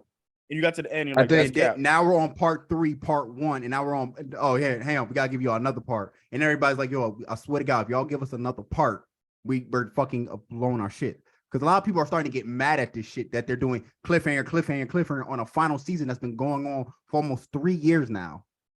Actually, 3 years. I think the cliffhanger point. I'm not necessarily mad here, but I think the cliffhanger point is not valid in this case, because AOT has always kind of ended on a cliffhanger. I think you want to talk about the parts thing. That's a whole nother conversation, and you can have validity in that. The same thing with the Spider-Man. It's going to technically be 2 parts, but it's one movie. I'm saying if you're saying the parts thing, there's a lot more validity. But you're saying, it ended with cliffhangers. That's bad. AOT season 1 is a cliffhanger and is a little bit like a teaser. Season 2 was cliffhanger-ish. Season 3 definitely was. I feel like it concluded, but like there was a lot of shit you were like, what the fuck is about to happen? Well, what I'm saying is that a lot of people, I did see people on the timeline mad that it's a cliffhanger because they don't want to wait the full year. I'm not mad at it because I've waited before for cliffhangers. AOT is the perfect example of that. Now, I'm not even talking about the parts I'm not even talking about final season. I'm talking about season 1. Remember, I think Mo's trying to say is like it's difference between like a cliffhanger in general versus like an actual part of the show. Like Harry Potter, how they split it into 2 parts. Like you knew like it's gonna be 2 parts. A cliffhanger like show, it's good for shows to have cliffhangers. That's actually. But then is it better I think it's more of the parts thing, because a lot of people don't like parts, or like people like to know like when the next part is going to come, or like is there going to be multiple parts, because then you're kind of going into stuff. Well, they kind of told us that they were going to try and do a trilogy after the first film. When they started working on the second film, they was like, "Yo, we're going to have a trilogy." There were 2 announced films. It was Across the Spiderverse and Beyond the Spiderverse. We didn't know that Across the Spiderverse was going to be a cliffhanger shit. But again, I think they had no other choice. There was literally no other choice to do a cliffhanger, because it's so much information, so much to unpack, and so much that they want to do and tell, that it's like, yo, we have to break this up into 2 parts. Like there was so like Easter egg, like there was so many Easter eggs in this one Imagine what the Easter eggs are going to be in the third one. Imagine what the bar is going to be for the third one in terms of animation, knowing that the third one's going to be the final chapter. I agree. We get that now, but me going in, obviously, and you always say that they announced it. Sure. But I don't see any announcements. I purposely shut myself off from all that stuff. Me walking in, I'm like, yo, this is about to be a crazy independent film. And this goes to kind of like, and I've been thinking about this for a while. Can two films? Here we go. Right. No, I hate the last. Go ahead, Trayvon. Talk your shit. I want to hear the question. I want to hear it. I know what you're gonna say. I want to hear it though. If we compare Infinity War, let's go into it. How was the story told? Right. They did the argument made they did so much Infinity. They did too much in Infinity War. Agree. Yeah. It was amazing. That's But they had that's the thing. beginning. No, that's the thing. That's a lot of argument that they did too much in Infinity War. That Endgame had to fit. They even feel like a whole new part. It felt like a whole separate movie sometimes too. Still good. The beginning of Endgame felt like the second part of Infinity War. After that, it was a whole separate movie. But a story has its beginning, its rise in action, its climax, its fall in action, its conclusion, right? Yes. With Infinity War, all of that in real time. Like it was just amazing. And that conclusion was that snap. Well, that was like the fall in action. The conclusion was, yo, people are dying and there's nothing anyone can do. Right? He won. Yeah. Right? With Spiderverse, the conclusion is that there's still more to do. Like I don't know. Like it just doesn't feel complete to me, which is why I can't give it a full 10 because it doesn't feel complete. And which is like, all right, you could say that's not fair, but that's just how I'm viewing it. Which is Mo, we kind of have similar takes on the whole Infinity War thing because I feel like Infinity War is still a phenomenal movie. It's a 10 out of 10, but the reason why is that they put so much into Infinity War in terms of the story. Like Thanos got everything. He won. Versus this one was like, nah, yo, we're not telling you who wins just yet. The bad guy didn't win. The good guys are just in a very tough position. Like we still don't know who's gonna die. We don't know who's gonna make it out. We don't know if his dad gonna die with this whole Spider-Verse theory or mathematical equation of destiny that your father or uncle or best friend or something someone's gotta die. I know everybody, I know individually you have your own theories about the possible third movie, and so do I, but it's just like it to me, I'm not mad at a cliffhanger because you told the story the way it needed to be told. As a person who read comic books, this is what they do, and it's a comic book film. It's not the superhero. It's not a live action superhero film. It's a comic book film.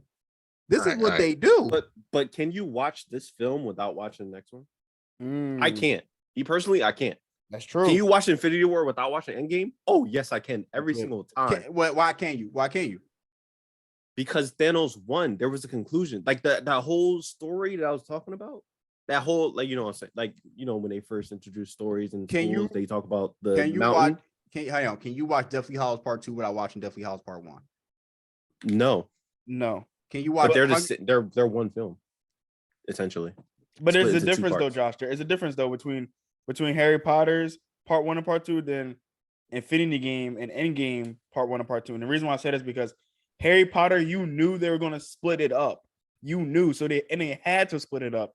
It ended. I just looked this up just now. Part 1 ended when Dobby died. Yeah, Dobby died and Voldemort got the Elder Wand. Exactly. But then you knew like it was the search of the Horcruxes, and like that was it.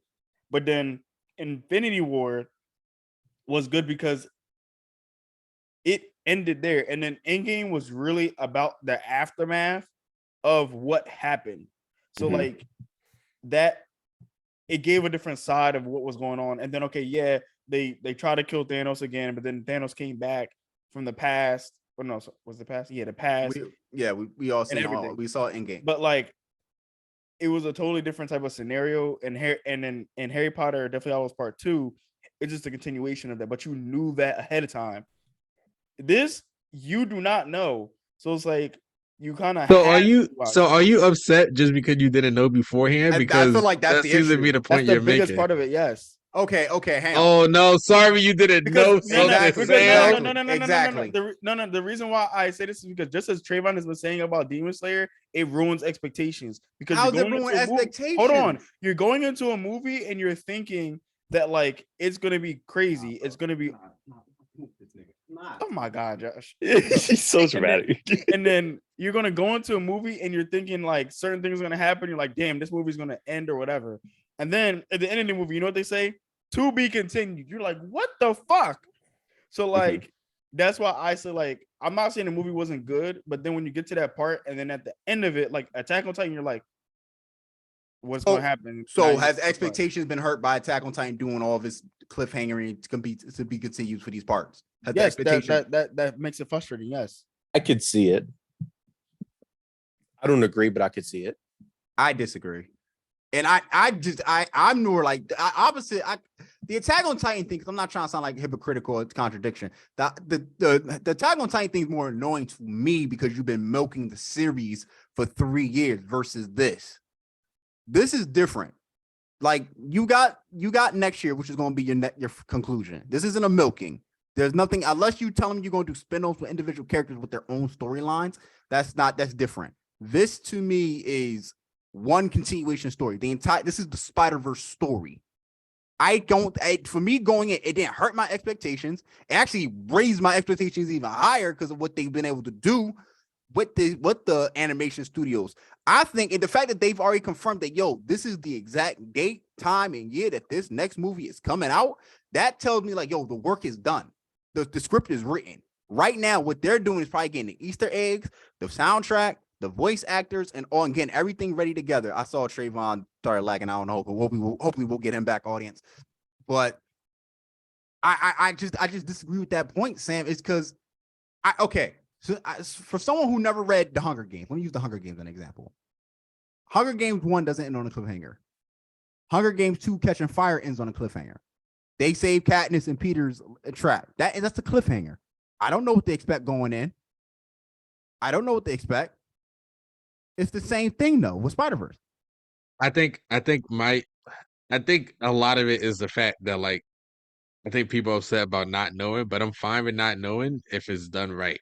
And I think this was actually done right in a way where like you're gonna view these 3 movies as back to back films essentially. And that's what the timeline is. Top tier back-to-back films. And also to add to that, I think the one thing a lot of people slander about Endgame was that Endgame was slow. Yes, that's why I said that's one of Endgame's biggest like cons. That's why I said like the beginning of Endgame was the part 2 to Infinity War. After that, it was a whole new movie. It was like saying the aftermath, but it was a whole new movie. Like niggas we had to get the team together again. We had to get the fucking machine working for time travel. We had to go back in time. We had to do the time heist. It was a whole new film. It wasn't like Infinity War. But the reason why like I go against the argument with Endgame is because not like an AOT, so people like criticize what was it, season 3, part 1? Yes. That was season 3, part 1 or final season 3, part 1? Season 3, part 1. So season 3, part 1. Okay. That's when you meet out Kenny and all Aaron ate his dad and all that shit. Yes. And people didn't necessarily like that part because they felt like it was a little slow, it was more talking. Hold on, hear me out. That's different. They would get into like the actual like politics of the world, bro. But I feel like that's the difference. But with Endgame, Mo's gonna defend that season nonstop. So the Endgame, like the first part of it, I felt like was good because you needed to see the aftermath. That's the part 2 of Infinity War. That's what I said. That's what I'm saying. After they kill Thanos, it's a whole new movie after that. What they jumped 5 years into the future from out of nowhere. Yeah, but my thing is like, what they gonna do? Like he won. Like so. You know what I'm saying? I don't know how else to explain it, Mo. No, I mean I'm not necessarily agreeing with you on that front, but I will say it is what it is. But I think with Spider-Man or this animated series of Spider-Man, the movies, whatever, is that the next movie. We can assume that shit's probably gonna be jumping from like just about the get-go. Like it's literally probably gonna pick up the moment Gwen and them enter that Universe 42 and Miles was still trapped in the spot. Like they got like look at the playing field right now. Miles is trapped. Miles is gonna have to fight his evil self, most likely. We don't know how that situation is gonna go. We don't know who else is in Universe 42 that's super powerful and all that shit. There could be Spider-Man villains that got even more powerful that because Spider-Man wasn't there. And now the Spot is in his back home, who's souped up on steroids of black spots on him. That nigga is souped up and he's about to fight 2099 Just Drew. It's about to be 3 battles going on. So they got no other choice but to cut this shit into a second film.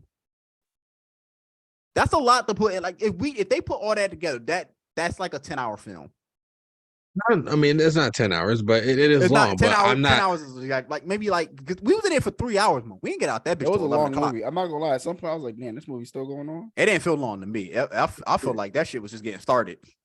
I enjoyed there was not one single minute in this movie where I was like, "Yo, this shit over." I did not think that at all. I was enjoying. I wanted it to keep going. Me too. Remember when I tapped you? I was like, I thought this was about to end for a second. Nigga, you were asleep from what I heard. I was not asleep. You was like the most. You was like Nigga, I was not asleep. I was just slumped. leaning. Oh my god. Yeah, No, he was leaning. He was leaning a little bit heavily. I ain't gonna lie. No. Was his I'm eyes trying to get open or comfortable. closed? Was his eyes open or closed? That's what we tell. I was looking at the screen, so I couldn't tell you. I was not asleep, but there was a part. Remember Mo when I tapped you and I was like, bro, Yeah. I forgot what happened. And I was like, oh, that would have been a nice ending. But then I was like, damn, this shit's still going. Oh god, damn. Yeah. Sam was like, "Oh, that'd be crazy if that was the end." And I was like, "Sam, what are you talking about? What are you I talking was about, like- Sam knew it was a cliffhanger of some sort." I was like, "I hate this nigga." Like, I hate this nigga, man. No, I accidentally spoiled myself like 20 minutes before I got there. I think right before I picked you up.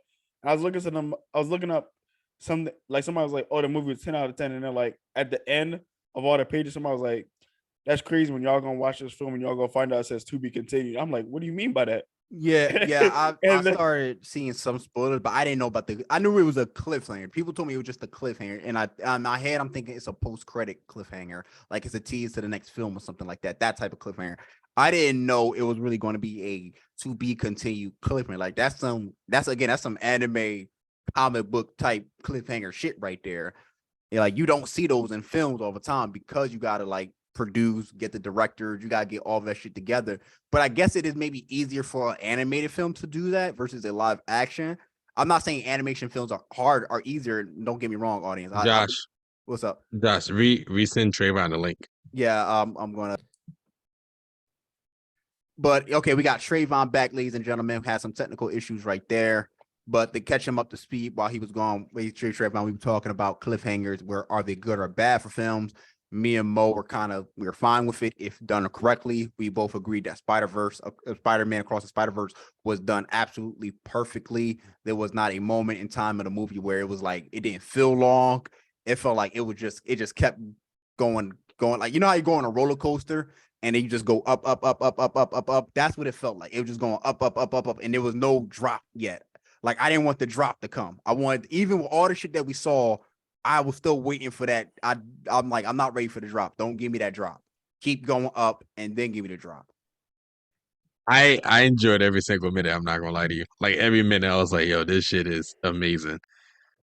Like legit. I have like for me, and we don't have to get into the ratings yet. For me, it's definitely a 10 out of 10 film. Like no cap. 100 out of 10. And all this hoopla about, oh no, this is a cliffhanger. Shut up. Shut up.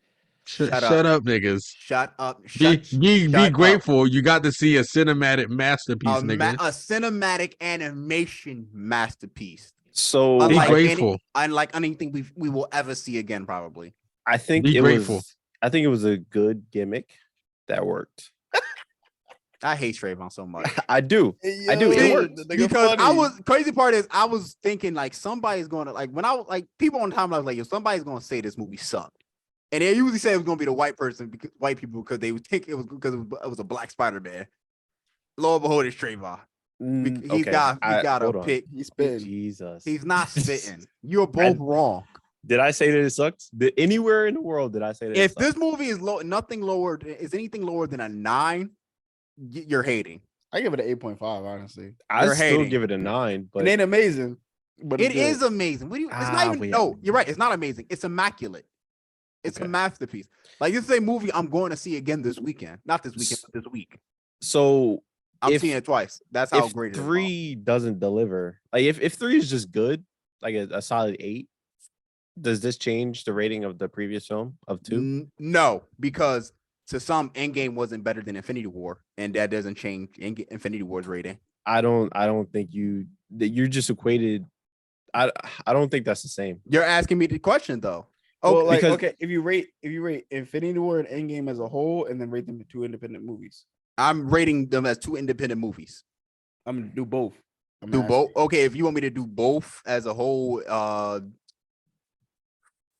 Infinity War is still the better film to me. Like, Endgame is not terrible. Endgame's a phenomenal film, but it's not better than Infinity War because Endgame didn't give me the same reaction as Infinity War. Nigga, rate the Infinity Saga and rate the 2 movies. Oh, you want me? Oh, you're talking about an entire 10-year plan of movies. Oh Sam. my fucking god, nigga, rate the 2 movies as a whole, and rate them both of them independently. I would say the Spider-Verse films are better. You haven't even seen the second one. What are we doing? What are you talking about? I saw you said he said rate the 2 movies. I'm talking about Into the Spider-Verse and Spider-Verse. Those are the 2 movies, are they not? I think he just said rate Infinity War and Endgame. Then you just said Spider-Verse. I didn't know because he's not asking the correct question. He said rate the movie. I said Infinity War is better than Endgame. Then he's like, no, rate the 2 movies. I just said I rated them. Infinity War is better than Endgame. I think you ranked them. You didn't rate them, but I see what you're saying. If you want me to rank them, me saying Infinity War is better than Endgame. Rate. If I'm 10 out of 10 for Infinity War, 8.5 out of 10 for Endgame. Fair. What about combined? Combined to what, Sam? Combined to Are you talking about like them as a whole? I don't think that's a fair question. That is a fair question. I mean, it doesn't really change as much for Avengers that it would potentially for Spider-Man, and that was the point that Trayvon brought up earlier. No, but Trayvon just said, "What if the third movie does not deliver?" Yeah, and I'm saying that was a point that Trayvon brought up earlier, where because this movie isn't as independent, he's making a point that it could be dependent on how movie 3. How movie 3 goes. And I hear Trayvon's point. I can't say I necessarily agree to the fullest. Like, I think the third movie has to be like an absolute stinker for me to be like, yeah, 2 was ass. Even for that, that's still hard because just like 3 is already being pushed ahead. It's like being pushed up forward because of the height of 2, because of the success of 2. Because 3, like, let me use it in a video game. Let me use it in video game terms. The new Spider-Man 2 game's coming out this fall. People are super duper excited for it. Everybody's gonna go buy it because of the success of the previous Spider-Man game. That's why. So it's like for people to answer that question, like Spider-Man 2. So if Spider-Man 2 is like an absolute stinker, which is not going to be, that doesn't take away from the greatness of this first Spider-Man game. So if Spider-Verse 3 does stink and doesn't live up to the hype of as they did like 2, that doesn't take away 2. In a way, that's kind of just elevates 2, because that's what Endgame did for Infinity War. Endgame didn't live up to the hype for Infinity War. Oh, I got a question for you. Wait. So did the first Amazing Spider-Man game have like all the 5 plot points that I was talking about? The like rise in action, fall in action, the climax, and the conclusion. Did it have all of that? Yes, it had a beginning, a middle, and an end, and a conclusion, and a cliffhanger. So it sounds more like an Infinity War Endgame type of deal than the Spider-Man deal, because it doesn't have its big fat to be continued with a huge climax that was about to come. So you need 3 words to be a failure. I think that because it's so dependent, which Mo said that earlier, is like it's so dependent on that next film. I didn't say so. I said it sounds like you're implying that it may become. Yeah, he did say that. It's dependent. Yeah, I'm saying I see where you're coming from though. I'm just saying that like that third movie would have to be like an absolute stinker to me, like, yeah, movie 2 wasn't that good at all. Okay, hang on. So no, Josh, I got a comparison for you since you were talking about movies. Do you think Avatar 3 is gonna be great? No, I'm not. I don't like Avatar. I think Avatar 1 was the best film, honestly. Okay. I didn't think Avatar good was. I thought Avatar I can't speak. like I Avatar can't 2 was either. good, but it was like, What do you think about Avatar 2? it was all right. I prefer Avatar 1 though. That's the thing. Okay. Like I think Avatar is overrated personally. If you ask me, I think it's overrated and it's like all stolen from the Avatar: The Last Airbender. But now it is. like it's overrated. All right, hear me out. I got a good one. For you, all right? Basketball analogy. Okay. Who do 2008 Celtics? Who are the big three on that team? Who are the big three? Rondo, You tell me. KG, Paul Pierce. No. And you know what this is, Josh? There's two. There's moving them two is Rondo. Is No. facilitating Between Rondo and Ray Allen. buckets. No. Because No, some it's people, Rondo. It's Rondo. It's hang Rondo. on, Stop. because some people call Ray Allen a man, but it was technically some people call that was a big four. But a lot of people, if you want to call it a big three, the Celtics, some people will put Ray Allen as that. Take out Ray Allen and take out Rondo and put in Ray Allen. But It's fine. That's tricky. No, Okay, I was what is- watching. No, bro. No, hold on. I was watching SportsCenter at the time. I vividly remember this. It was always Allen, KG, and Paul Pierce, and it was always Rondo was a +1. I promise you that was the case. I hear you. No, I hear you. I hear you. too. I hear you too. A lot of people say it's arguable. Rondo was also young during that time as well. Yeah. So he was doing this thing as a young nigga. He wasn't established yet, like, but the other three were established. Like they were like, Ray Allen was the sharp shooter. Like let's not do this. But go ahead. He was for sure, but Rondo was out there facilitating the buckets. He was. All right. So what's your point? This movie number 2 might be the Rondo. That's my point. I actually do like that analogy that the movie 3 might be the Rondo. You got a Paul Pierce shooter, AG bucket getter, Rondo here, nigga, nigga. Because the bar has been set. That okay, let's get into now the statistics and what do we rate it? Where does it rank among the greatest comic book films? Obviously, Trayvon got mad at me for saying it was. I think it's going to be the greatest comic book film of all time.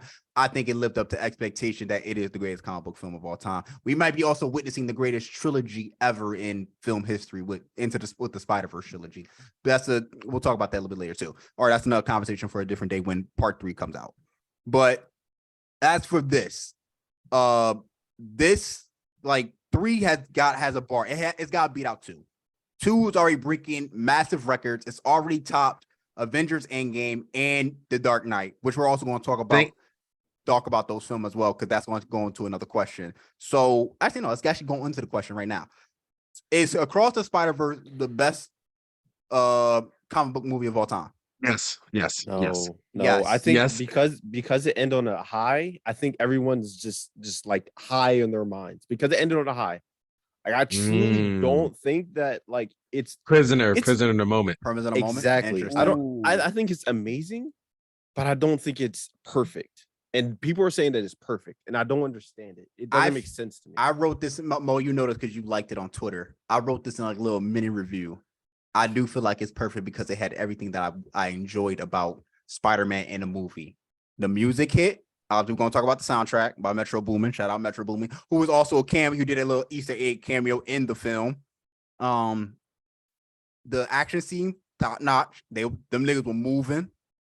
The emotion, we all saw it on Miles' face, on Gwen's face. The emotions were all at an all-time high. I also feel like the stakes were at a high that Miles has ever been. The stakes has been at the highest since he's been Spider-Man. Like this is like, yo, I'm going up against destiny and fate and against an entire army of our spider people. And what else did I say? I forgot what else I said in my little mini rule, but like I agree with all of that. Go ahead, Mo. Yeah.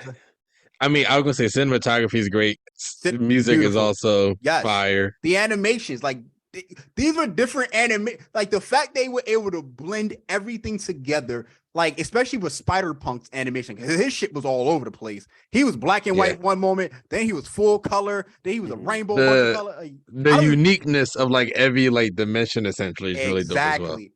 Like it was beautiful. It was blended together. They blended live action shit with the Donald Glover scene, with the animations, like the Easter egg. Like this was a perfect Spider-Man film. This is what comic book fans want from a comic book movie. Like everything. This is paying homage to all things Spider-Man. True. and it blended everything together, and it even teased you. Like we might see Donald Glover later down in the MCU. We don't know for certain, but we might since they did this shit. Yo, so you love part 2 so much, right? Yes. So Hunter x Hunter is an S tier anime. Okay. Oh my God, no, Okay. no. All right. I like that's it. the- Nah, keep going no, with that. Let's go. no. Let's go. Let's 100 go. times No, No, hey, come on no, now. Let's no, go. no. I'm I'm consistent. Here we I go think- again. I'm no. truly consistent in my takes, and I love that. But go ahead, Mo. Oh my I God. love this. Don't no, Mo. Don't do this. Don't let it's 3-on-1, bro. Don't do this. Don't do this, Mo. It looks like a 2-on-2 right now, brother. Me and Dre on the same team. He's not Trayvon. You know. Yes, sir. So would you No. consider the Greed Island arc Rondo? I mean, sure. Then what's the Chimera arc? KG. I told you that whole. Paul, arc of I would say nostalgia. Paul Pierce would probably be better during that time. I was big on Paul Pierce, at least on Paul that. Pierce that time. might have been. I don't know the stats during that 2008 run, but I feel like Paul Pierce might. He was They're the Finals close. MVP, so they might have been close together. Yeah, I mean they're close for sure, but I would say Paul All Pierce. right, then like who- at some point, Paul Pierce was that Then, nigga. then Like, who's the Doc? Then who the Doc Rivers on the team? Who the Doc Rivers in Hunter x Hunter? Doc Rivers not me worth even being mentioned Exactly. Exactly. because he's ass. But Give me Baby Davis. Okay. He could beat somebody. Moving on. Let's move on. Where No, do you? But can we go on that Hunter point a little bit more? Like I want to hear it. Go on, Mo. Talk about it since it's a part 2. Unless you don't. No, want to talk about it. And I don't even I would count that just- because that's a whole rebrand of series. That's not even a part 2. That's a whole rebrand. No. What I'm saying with that, like, it's essentially incomplete, and a lot of y'all slander with Hunter x Hunter is that it is incomplete. So hearing Josh It's been incomplete different. twice, though. hearing Josh take this route with Spider-Man, number 2, Mhm. and not holding this relative incompletion. I don't think it's incomplete, but I see I how don't- y'all are viewing it. I don't think But it's incomplete. Seeing Well, it's Josh, incomplete, but speak this way. I'm not trying to move the goalposts or anything like that. I'm not doing it. Fine. I'm not doing it because Okay, it's fine. It's fine. Hunter x Hunter being incomplete is one of the not the biggest is the biggest flaw, but it's not the only flaw. There's other flaws to Hunter x Hunter, bro. There's other flaws. Oh. Yeah, man. Hmm. Anyway, Like- moving on. Moving on. So obviously we talked about where did it rate. Obviously it's breaking records. Shout out all of them. Wait, Sam, where you rate it? I don't know if Sam gave it rated. He said 8.5. This is why I skipped him. I said 10. I say 10 too. I say 100 out of 10, honestly, I'm between an 8.5 and a 9, if I'm honest with you. because I'm judging what I felt. I don't want to be present in the moment, but like I'm judging how I felt from the start of the movie to the end of the movie, and I felt edge of my seat. I did not want to move. I did not want to take my eyes off of anything. I paid attention. It had me invested. I was bumping to the music in the background, which a lot of people have been talking about, that sometimes the sound was a little bit too loud. I actually want to dive into a little bit of that. Did y'all feel like Not too loud, too low. Or at least the audio. At least people saying the audio was too low at some point. too low, like especially because they couldn't hear certain characters talk. So it kind Yeah. of got me thinking, like sometimes I couldn't really hear what Spider-Punk was saying, maybe because of the background of the music and all that. I think it was like Spider-Punk's voice, but I think it was also because like I think us just as like a generation, I think our hearing is just shit. We blasting music nonstop in our ears 24/7. So, So I think it's a combination of things, because also like with movies and stuff, it's common when like the audio isn't as loud because a lot of the equipment they use is a lot better than like stuff we like either see in our living rooms or stuff we Yeah. maybe see in theaters. Mhm.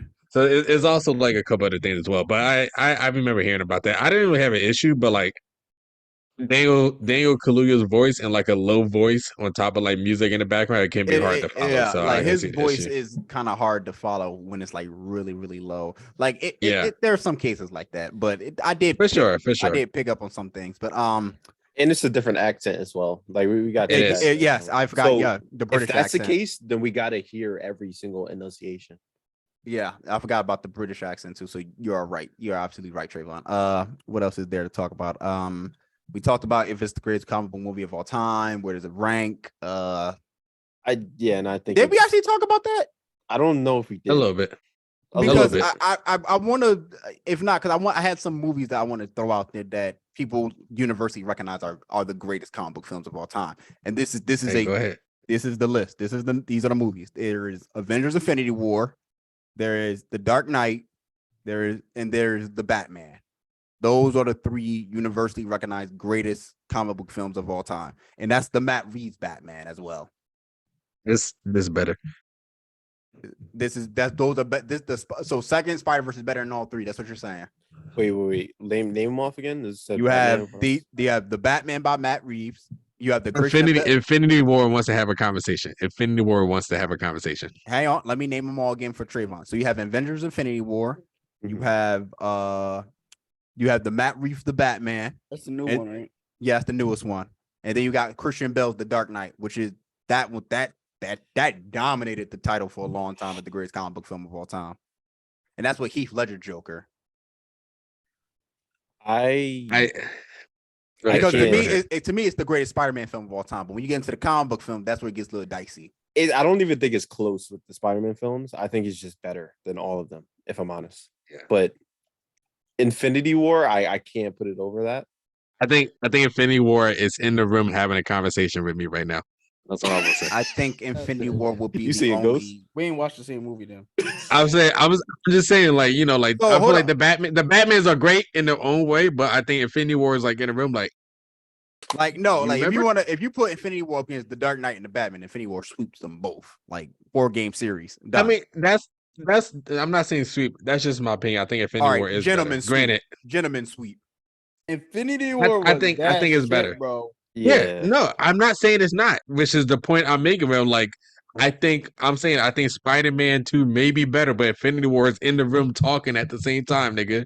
They're in the same room. That's what I'm saying. No, he's right. They're like, I agree. They're like, hey, yo, cuz you forgot what I did? You forgot. Hold up. You forgot the 50-point triple double? You forgot. I threw the moon at them niggas? Bro. You forgot I bitched out the Hulk? I don't think y'all realize how much Infinity War influenced like culture. Like memes were everywhere for a year. Like, it was nuts. Yeah. That's what I'm saying. I'm like, you know, he did drop that 50-point triple double in game 4. Since you want to talk about memes, hold up. Since you want to talk about memes, the Spider-Verse did have its fair share of meme potential. I mean, they did do the greatest Spider-Man meme of all time with the point. So yeah, and that I love. I love that. Also, the humor was top tier. Like there was like not one bad joke. Like every joke flowed with the. Well, you remember when they did when they talked about the guidance counselor with Miles College, and she was like, he came from a struggling home. And the dad was like, blah, blah, blah, blah. I wouldn't say struggle. That shit ain't a black dad. I don't know what it is. Like, I mean, I wouldn't say struggle. I mean, that's a bit of a stretch. Like we got a nice house. Like every nigga say we middle class. That man said, like me personally, like I wasn't struggling. Like, he was like, and then like it was so many jokes. It was everything just flowed. I mean, like then you had the mom. She didn't like Gwen because she was like, well, shit, but she don't speak Spanish. He was like, well, I guess nobody does. I was like, it was just so much good shit. And like culturally, I feel like a lot of it's also relatable. God, yes. To us to a certain extent where we can like see that shit happening. Like the writing was like writing about like, yo, a nigga was in the room writing this shit. Yeah, they was niggas writing this shit. You know, there was some brothers and sisters in that writer's room, bro. They weren't on strike. They was in this room, and other people, you know, of color and you know other things as well. But I'm like, everything was in this film. But like I appreciate the fact that like it felt like rooted in like culture a little bit as well, which I can appreciate. Yeah. I can't say this is the best though. Like Infinity War. Wait, can you say it's better than the best Spider-Man film? Can you say it's the best Spider-Man? He already said that. He already said that. Okay. It's truly not close, I don't think. Crazy. I do know some people that still put the first one ahead of it, but I disagree. I think it literally goes. Wait, are you trying to say this Spider-Man is better than all of the Spider-Mans? Yes. Tom Holland cannot touch Tom Holland, even with the black suit, will not touch this Spider-Man film. Tobey Maguire cannot touch any of these Spider-Man films. I love the fuck out of Spider-Man 2 by Tobey Maguire. Andrew Garfield's Spider-Man can only pray they reach this level. Although, is it fair to compare live action to cartoon? Because if we were to go to cartoons, I don't think it's better than cartoon nigga. I don't think it's animation. Animations. Put respect on it. Animations. It's not better than Killing Joke. I don't think it's not better than Hold up. It's not better than Flashpoint. It's not better than Killing Joke. I don't think so. No. What? I don't think so. Dog, Trevor, don't do that, bro. Don't do that.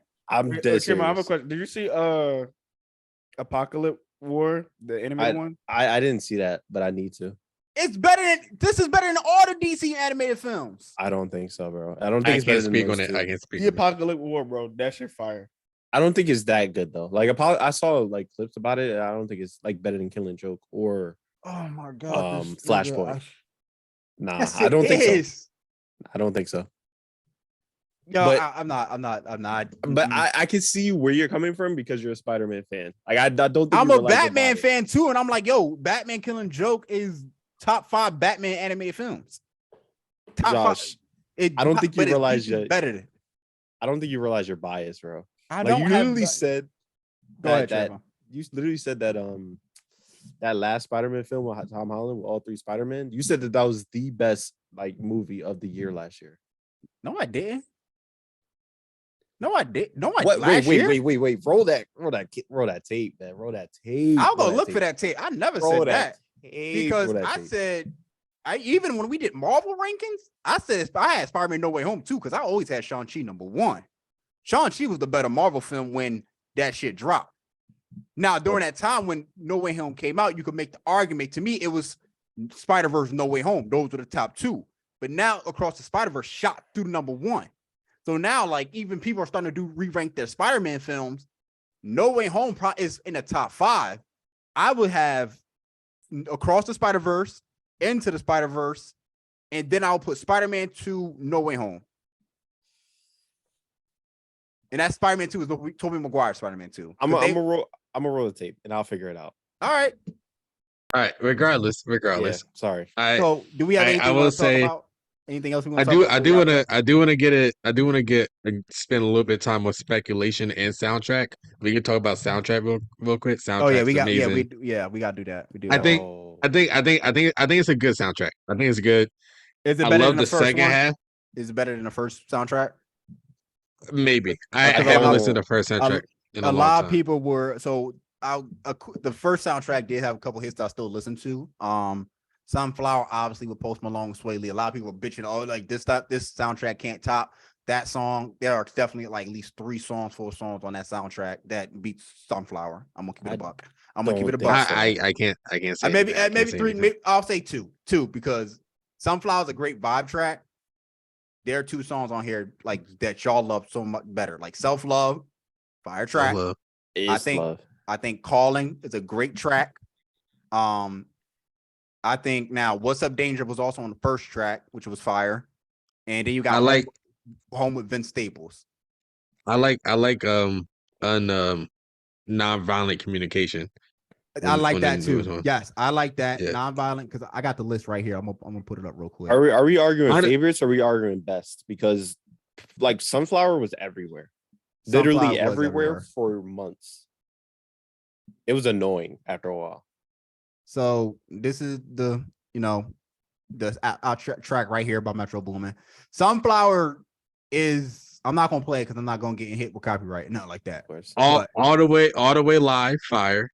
Well, All the Way Live, yes, All the Way Live. Future, I like fire. and My Dream is my favorite track. I'm gonna keep And My Dream is my favorite track. Hummingbird, fire. I love Yes. James Blake. Yes. Um, Calling with Nav I and Sway can't- Lee, A Boogie, I fire. can't I can't speak on that. I can't speak on that. Silk and Cologne Seven- with Offset is dope too. I It's can't alright. speak on that. I can't speak on that. Link Up, I think I liked, but I have I to like double Link Up. listen to it. Self Love. Actually, not Linked Up. Not Linked Up. Sorry. Self Love, Home, Nonviolent Communication. Those are my top 3, honestly. Though, okay. Giving so, Up is good as well. Giving Up is good as well. So 21's on there. for my top 3, it'll be Am I Dreaming, Self Love. Because this one gets tricky because Silk and Cologne and Calling are like really good songs, but I will put Silk and Cologne ahead of Calling. Like, because I think Calling it's great with Nav and Sway, but and A Boogie had like great verses on there. But yeah, so that'll be my top 3. Am I Dreaming, Self Love, Silk and Cologne. I'm And be honest. Nas Morales is probably like 5 Yeah. because of that instrumental alone. Yeah. I'm gonna be honest, audience. I listened to this album, but all I was thinking about was Self Love. That's literally the best song. on the He's track. not lying That because the whole moment track. Trayvon heard Self Love in the theater, that nigga immediately hand me the phone like, yo, looked up this song for me, bro. Look up Yeah, this song what for song? me. I was like, yo, what song is this? I need this immediately. It was like the same with the Black Panther song, that Spanish song. Oh, Carla I- Brisca? Hey. I knew immediately. I was like, nah, this is my song. Like I love when I find that one track, but Yeah. I don't know. I mean, soundtrack is good. And I'm not gonna say it's like the best soundtrack of all time because Black Panther may still have that for a It's very, very long time. No, that Yeah. Black Panther It's one. Yeah, no, I'm agreeing. Yeah, Black Panther 1 soundtrack is yeah, crazy. exactly. I'm That not shit gonna was say a that, but I good think it's album up on there. its own. yeah, Yeah, it was a Like, good album. It's But I think it's up there. so great. I think it's like in the upper Moon 4, upper Moon 5 area, Hang on. I think it's actually 2 because what other soundtracks can you think of that are this good? Or this like the Black Well, Panther is number 1, obviously.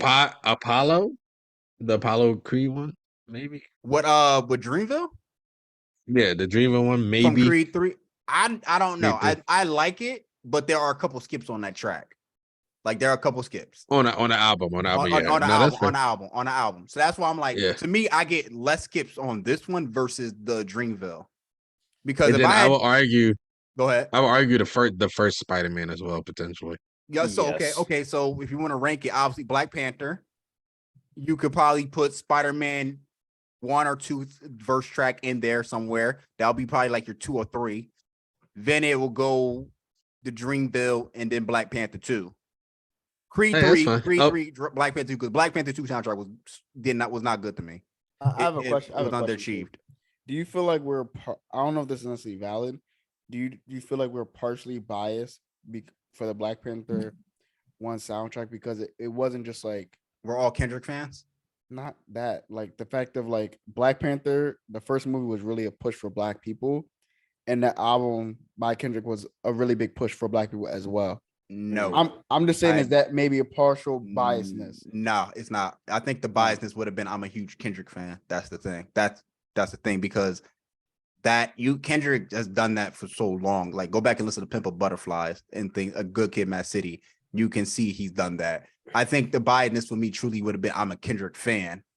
Because again, it's not even that. It's like the songs are just that great. I still go back to play King's Dead. I still go back to play All the Stars with my girl SZA. Like I still, bro. like I still remember being in theater hearing that song, bro. It ain't no feeling like that. And that was the ending song. I remember that. Yes, that was the end of the song.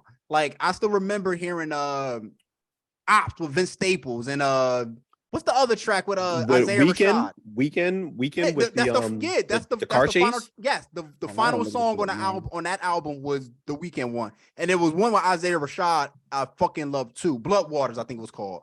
Yeah. Yes. There was some great songs on it that were just like these are bangers, bro. Like And these are also, not you even know who was on that song with Bloody Waters? who. Absol. So yes, that was. Thank you, Sam. It was him too.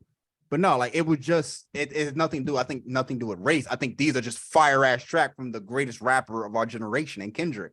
Which brings us to the next point. Who I shut up, Mom. I saw your eyes. You even admit J. Cole? He's better than J. Cole. I didn't say that. I didn't say that. You're thinking it. Hey, I'm about to be hillbilly, nigga. Yeah. Hey. What But do you think about J. Cole new song with Dirt? Yeah. I actually fuck with that. I like that. It's cool. All my life. Oh I no. don't like I mean, it. it's not That's going to it. be in my rotation. I feel like too much longer, but I appreciate Cole doing it with Dirk. So, I mean, it is well, what it is. Dirk is on his positive vibes now, so Okay, Yeah, for sure.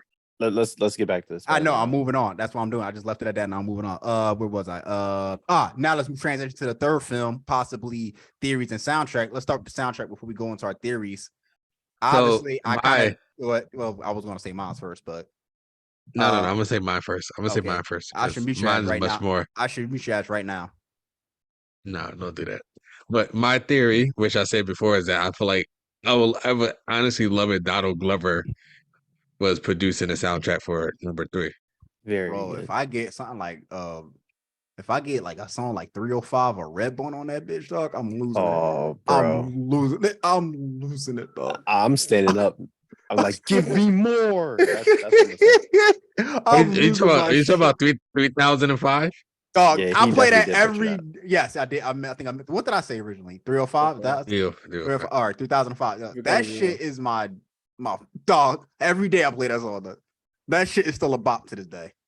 Yeah. I will say I think in terms of future speculation and theories, I would love that to happen. Maybe that's more of a wish than a think, but Donald Glover definitely has his hands Yes. in this, I feel like trio. he might be in the production studio or in the writer's room. Even though they might not mention it, I feel like he's in there. I'm gonna go with, especially with the third film and this being like the climax and all the action about to hit a boiling point now. I think you need Kendrick Lamar. I think it's time for Kendrick to come in. Kendrick for what? I think Kendrick should do the third soundtrack for the movie. Why not? We talked about him. I'm talking about saying you just dig right on Mo. Shut up. You ain't even got it. But what I'm saying is that we talked about he delivered the best soundtrack in the Black Panther one. Why can't he do this for Spiderverse? Why can't he raise the bar? So we all universally recognize that Kendrick Lamar is the best rapper and that he just delivered the best soundtrack in Black Panther. You don't think? Hear me out. I'm going to just bring up one point. I think the one thing with Kendrick Lamar and Black Panther that it was the perfect fit. Where I feel like Donald Glover, even though he isn't like Hispanic, but he has done like Caribbean-based music. Yes. Which is around that kind of culture where I think could be a better vibe for a Miles Morales type film. Yeah. Where he could incorporate both, black, the Spanish hip hop. You gotta have, but also like songs, some island sounds, Like no, I know what you mean.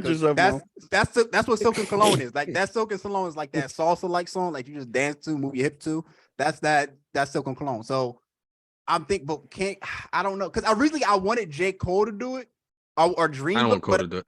That's why I changed my mind, because I went back and listened to the Creed 3 soundtrack. I'm like, there are too many skips on this soundtrack. Like, you only listening probably for the Jid and Cole song, but everyone else is like, it's like, that's it. Versus Kendrick, where he did the Black Panther song, it's like, obviously he had SZA, J-Rock, Isaiah Rashad, Absol, Future, and many others on that. And a lot of people was like, that's also the biggest beef of Black Panther 2 is that, y'all should have got Kendrick to do this again because that soundtrack wasn't good. I think your only solution here is to have Donald Glover on that soundtrack for 3. I'm putting it in the universe. I think it's going to be Kendrick and Glover. I think those are going to be 2 names. Maybe they'll get Metro Boomin to do it again. I don't know. But I think it's going to be Glover and Kendrick. Now, I wouldn't be mad if either or does it, because I'm a big fan of both of their work and for their songs. Yeah. But sure. Like, as a Kendrick fan, I would love to see Kendrick do a Spiderverse soundtrack, because he did the greatest soundtrack in superhero history with Black Panther. To wrap up this conversation, you know who we didn't hear? Drake. Let's move on. No one brought up Drake. You brought up Drake. You're such an asshole. You're such a hater. No, you have a Drake issue, bro. You know what?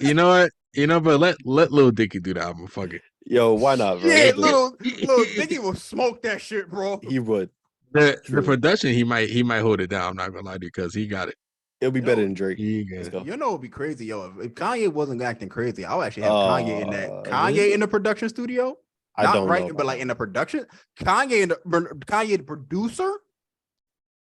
Niggas in Universe 42. Watch the spider.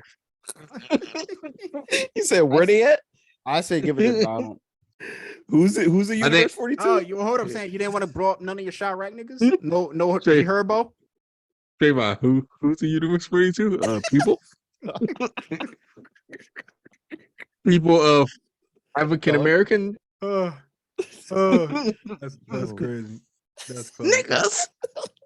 All right, we got about 10 minutes because the NBA finals are about to start up. So yes, sir. Game 2, nigga. We smoking on a heat pack, and I'm not even a Nuggets fan. Yeah, this is about to be a gentleman's sweep, if not a sweep. This is over in 5, bro. This is Nuggets in 5. But let's get into theories about the next film. I'll go first. Okay, you go first. I think also first I'll put respect to my nigga Spot. That nigga did his goddamn thing. I told people that, bro. Everybody clowning Spot like Sam, like, he wasn't really. That nigga, they turned that nigga to a goofy ass villain into a dangerous ass super villain, bro. That nigga is literally Obito, but more powerful. Nigga is like can go multiple dimensions. He beat 4 Spider-Man, bro. No, was it 4? Yeah, it was 4 Spider-Man, bro. He beat all 4. He was like, I'm weave. He was like, weave, portal, weave. Like that nigga was Bro. whooping ass.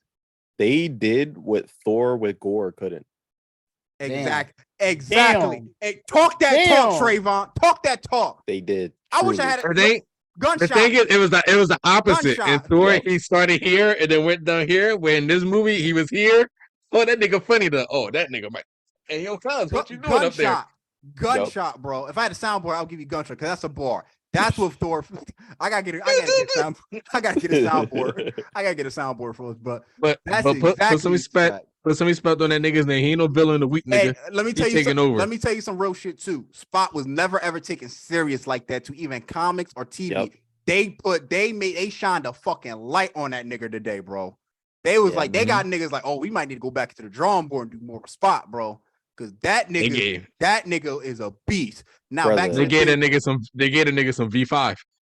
Brother, Jessica Drew, like Spider-Woman, she was like, yo, you ain't deal with him yet? What's going on? Then they started looking, it was like, oh no, this is bad. Yeah. This So is bad. and some theories, obviously everybody thinking like people are saying the dad might die. Well, obviously, what we all know, possibly the good guys are going to win. It's just that who's going to die. People are speculating probably Gwen Stacy, who has a history of dying in Spider-Man stories. There's Miles' dad with the whole police captains dying to make Spider-Man greater. I'm actually going to go a step further, and it harkens back to the comic books. I think it might be his mom. I think his mom might take an X because his mom died. His mom died in the original comics, so it was never his dad. Like his dad was still pleased, but his mom died. And she's kind of become more of an important character lately, especially in the second movie. She kind of got like a bigger role now. So it seems like I'm not again, this is a theory. It's a possibility, especially if the Spider-Man story that you always lose a loved one is not sometimes always the father figure. What if it's the mother figure? Honestly, I can't even dispute that. That's not bad because I was saying Gwen earlier. There's also sorry, go ahead. No, I was saying Gwen earlier, but at the same time, now I'm thinking about it, I don't think because Miles is seen as an anomaly, maybe no one dies. That too. He could walk away with a happy ending. Yeah, I think it's interesting because when Gwen like mentioned like. Essentially, she kind of either said it or she implied that she looked through like all the possibilities in every dimension. Did she say that? Well, she said Gwen and Spider-Man whenever we try. Yes. That is. It doesn't work out. Yeah, that's a fact. She's an anomaly. And maybe, and maybe that means it just doesn't work out relationship wise, or it means death. Because there's also been niggas going to sleep. There's theories too that Miles might die. Oh, I did see those things, but I can't see it. Like we'll see. That would be some real comic book shit. Like to put us on this crazy ass adventure, and then to have the main character die at the end. It's just that you want to talk about niggas being pissed at a cliffhanger? Niggas going riot if they see that shit. Hey, we'll see, man. We'll see. But I think this third movie, it definitely has the bar it needs to reach, but I think it will, no problem. And I think honestly, it's still going to be great. But I'm very intrigued to see because we know who like the bad guy is in Spot, but I'm very intrigued to see who like what Miguel becomes. Yeah, because I can see him essentially becoming like the good guy. Kaguya. Well, no, I can see him being like the Madara Kaguya of this series, and him like essentially, and it was a logic I mentioned before, like him seeing like Miles Morales make it work when he couldn't make it work, and that frustration, is it not being the one to be. It could like envy as well. It's a powerful emotion. I can see that being something that takes him over. He's like, nah, fuck this shit. He's supposed to die, and he goes off and like kills his pops. Yeah, I like that theory. It's possible, but I just can't see the other Spider-Man. At some point, the Spider-Man had to realize, like, yo, this is wrong. The job of a superhero is, especially for Spider-Man, is to save as many people as you can. And I get it. There is that universal law that you're not going to be able to save everybody. That doesn't mean you can't try to save them. That's the thing. They don't try to save them. They didn't try to save that dude in Indian in Mubatan. That's what I was about to say, Indian DR. And Mubatan. They didn't try to save him. Miles tried to save him, ended up saving him. Now, if Miles tried to save him and failed, that's a different story. But you not trying is the antithesis to being Spider-Man. And Miguel's always been that guy that he's kind of like not the traditional Spider-Man. Also, there's a theory that this might not be the Miguel that we saw in the first movie too. This might be a different Miguel. Because we didn't see Miguel in the first movie. Yes, he was. He was in a post-credit scene. So, do you think that Miguel would become, or any of those Spider-Man would become like an omnipotent being, like say from the comics, Josh? Yes. Like, would he become like some sort of god? Yes. I don't think it's gonna be either of them, but I think they're gonna bring in an omnipotent Spider-Man probably to help fight Spot. Yeah, they have to, right? Because Spot has gotten too powerful now. He's almost on the omnipotent level, and there are a bunch of people have been speculating who are the other Spider people that they could bring. Like Spider-Man has so many different variants. I mean, there was a Spider-Man that's been there when Doc Ock was Spider-Man. Like he took over Spider-Man's body. That was a superior Spider-Man. There was a cosmic power Spider-Man. There was a Ghost Rider Spider-Man. I think you're about to see a whole. You thought this movie was crazy with Spider-Man? I don't even think we saw it. I think this was just the tip of the iceberg for what they're about to do for the third film. Yeah, they gotta wrap this up somehow. Because it can't leak into the MCU. You know what's crazy? I got actually an idea. I got one theory. Since Spock can travel to other dimensions, what if he sees an army? They're probably gonna bring the army of Spider-Man to fight him. What if he summons an army of supervillains to fight the Spider-Man? So now you got like an Avengers Endgame type Spider-Man versus their villains. You saying Sinister Six type deal? Yes, like an army of Sinister Six, like all different variants of Dr. Octopus, Venom, Kraven, Lizard, Mysterio, all of them, all different variants. Because they kind of showed it in the movie where they were cutting the different variants of villains. So what if Spot's like, oh, I can't beat all y'all by myself. I'm going to bring all y'all enemies here, and y'all's going to be like an in-game climactic battle. Or they somehow make it a 2099, like his verse, and like go into that Spider-Man headquarters and just start wreaking havoc. Yes. And then that would so that's what you're saying. Okay. Yes, it's kind of like something like that. It's like all these Spider-Man against all their villains. I don't think that would happen. I think that's less likely, but I could see where you're going.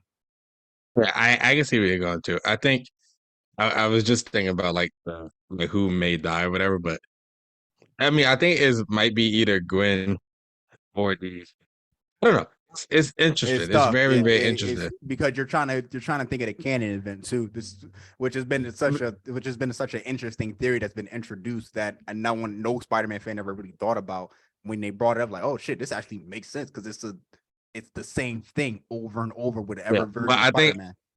I think essentially what I am confident about, I think Miguel is going to play some part in like still being antagonistic to the whole thing, and him essentially being like borderline like Kaguya, where he's like, "Oh no, I'm actually like about to give you problems. I know you just fought Madara. Nigga. Yeah. I'm gonna go. But I'm gonna give you problems. I'm gonna let Sam go.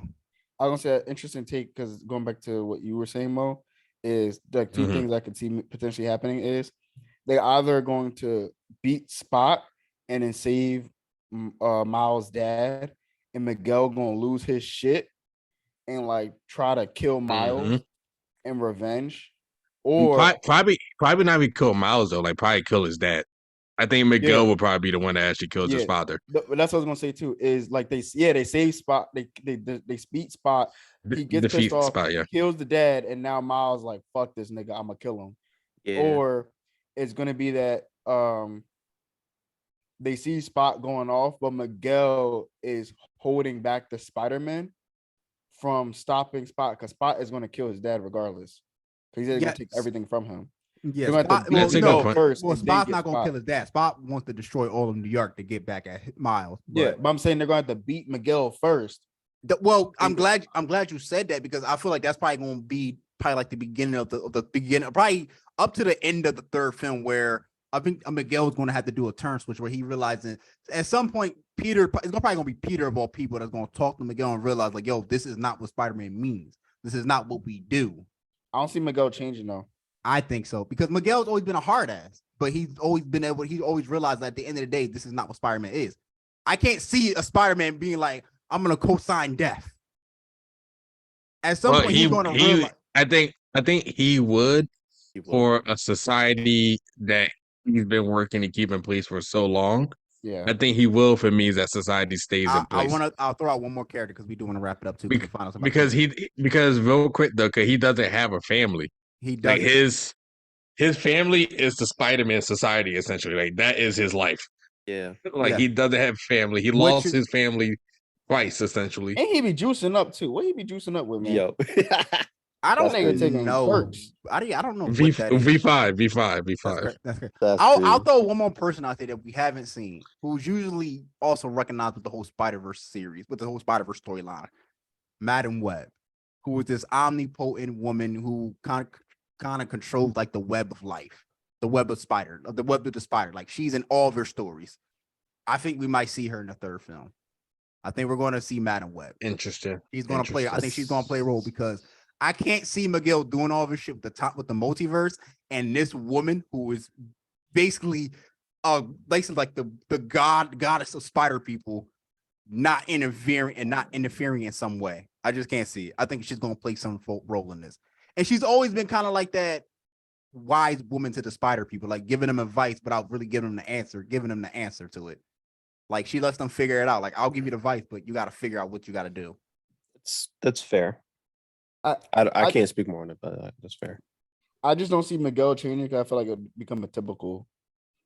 Well, that's Spider-Man. Like, yeah, but like Miguel, like the movie's taken like sometimes the way it goes, like to me, it gives an untypical like way of doing things.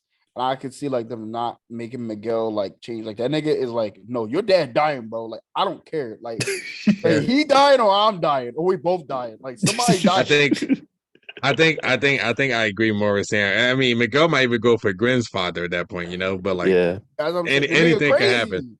And also, yeah, I like really anything can happen. Like the nigga was juicing up. Like I don't know.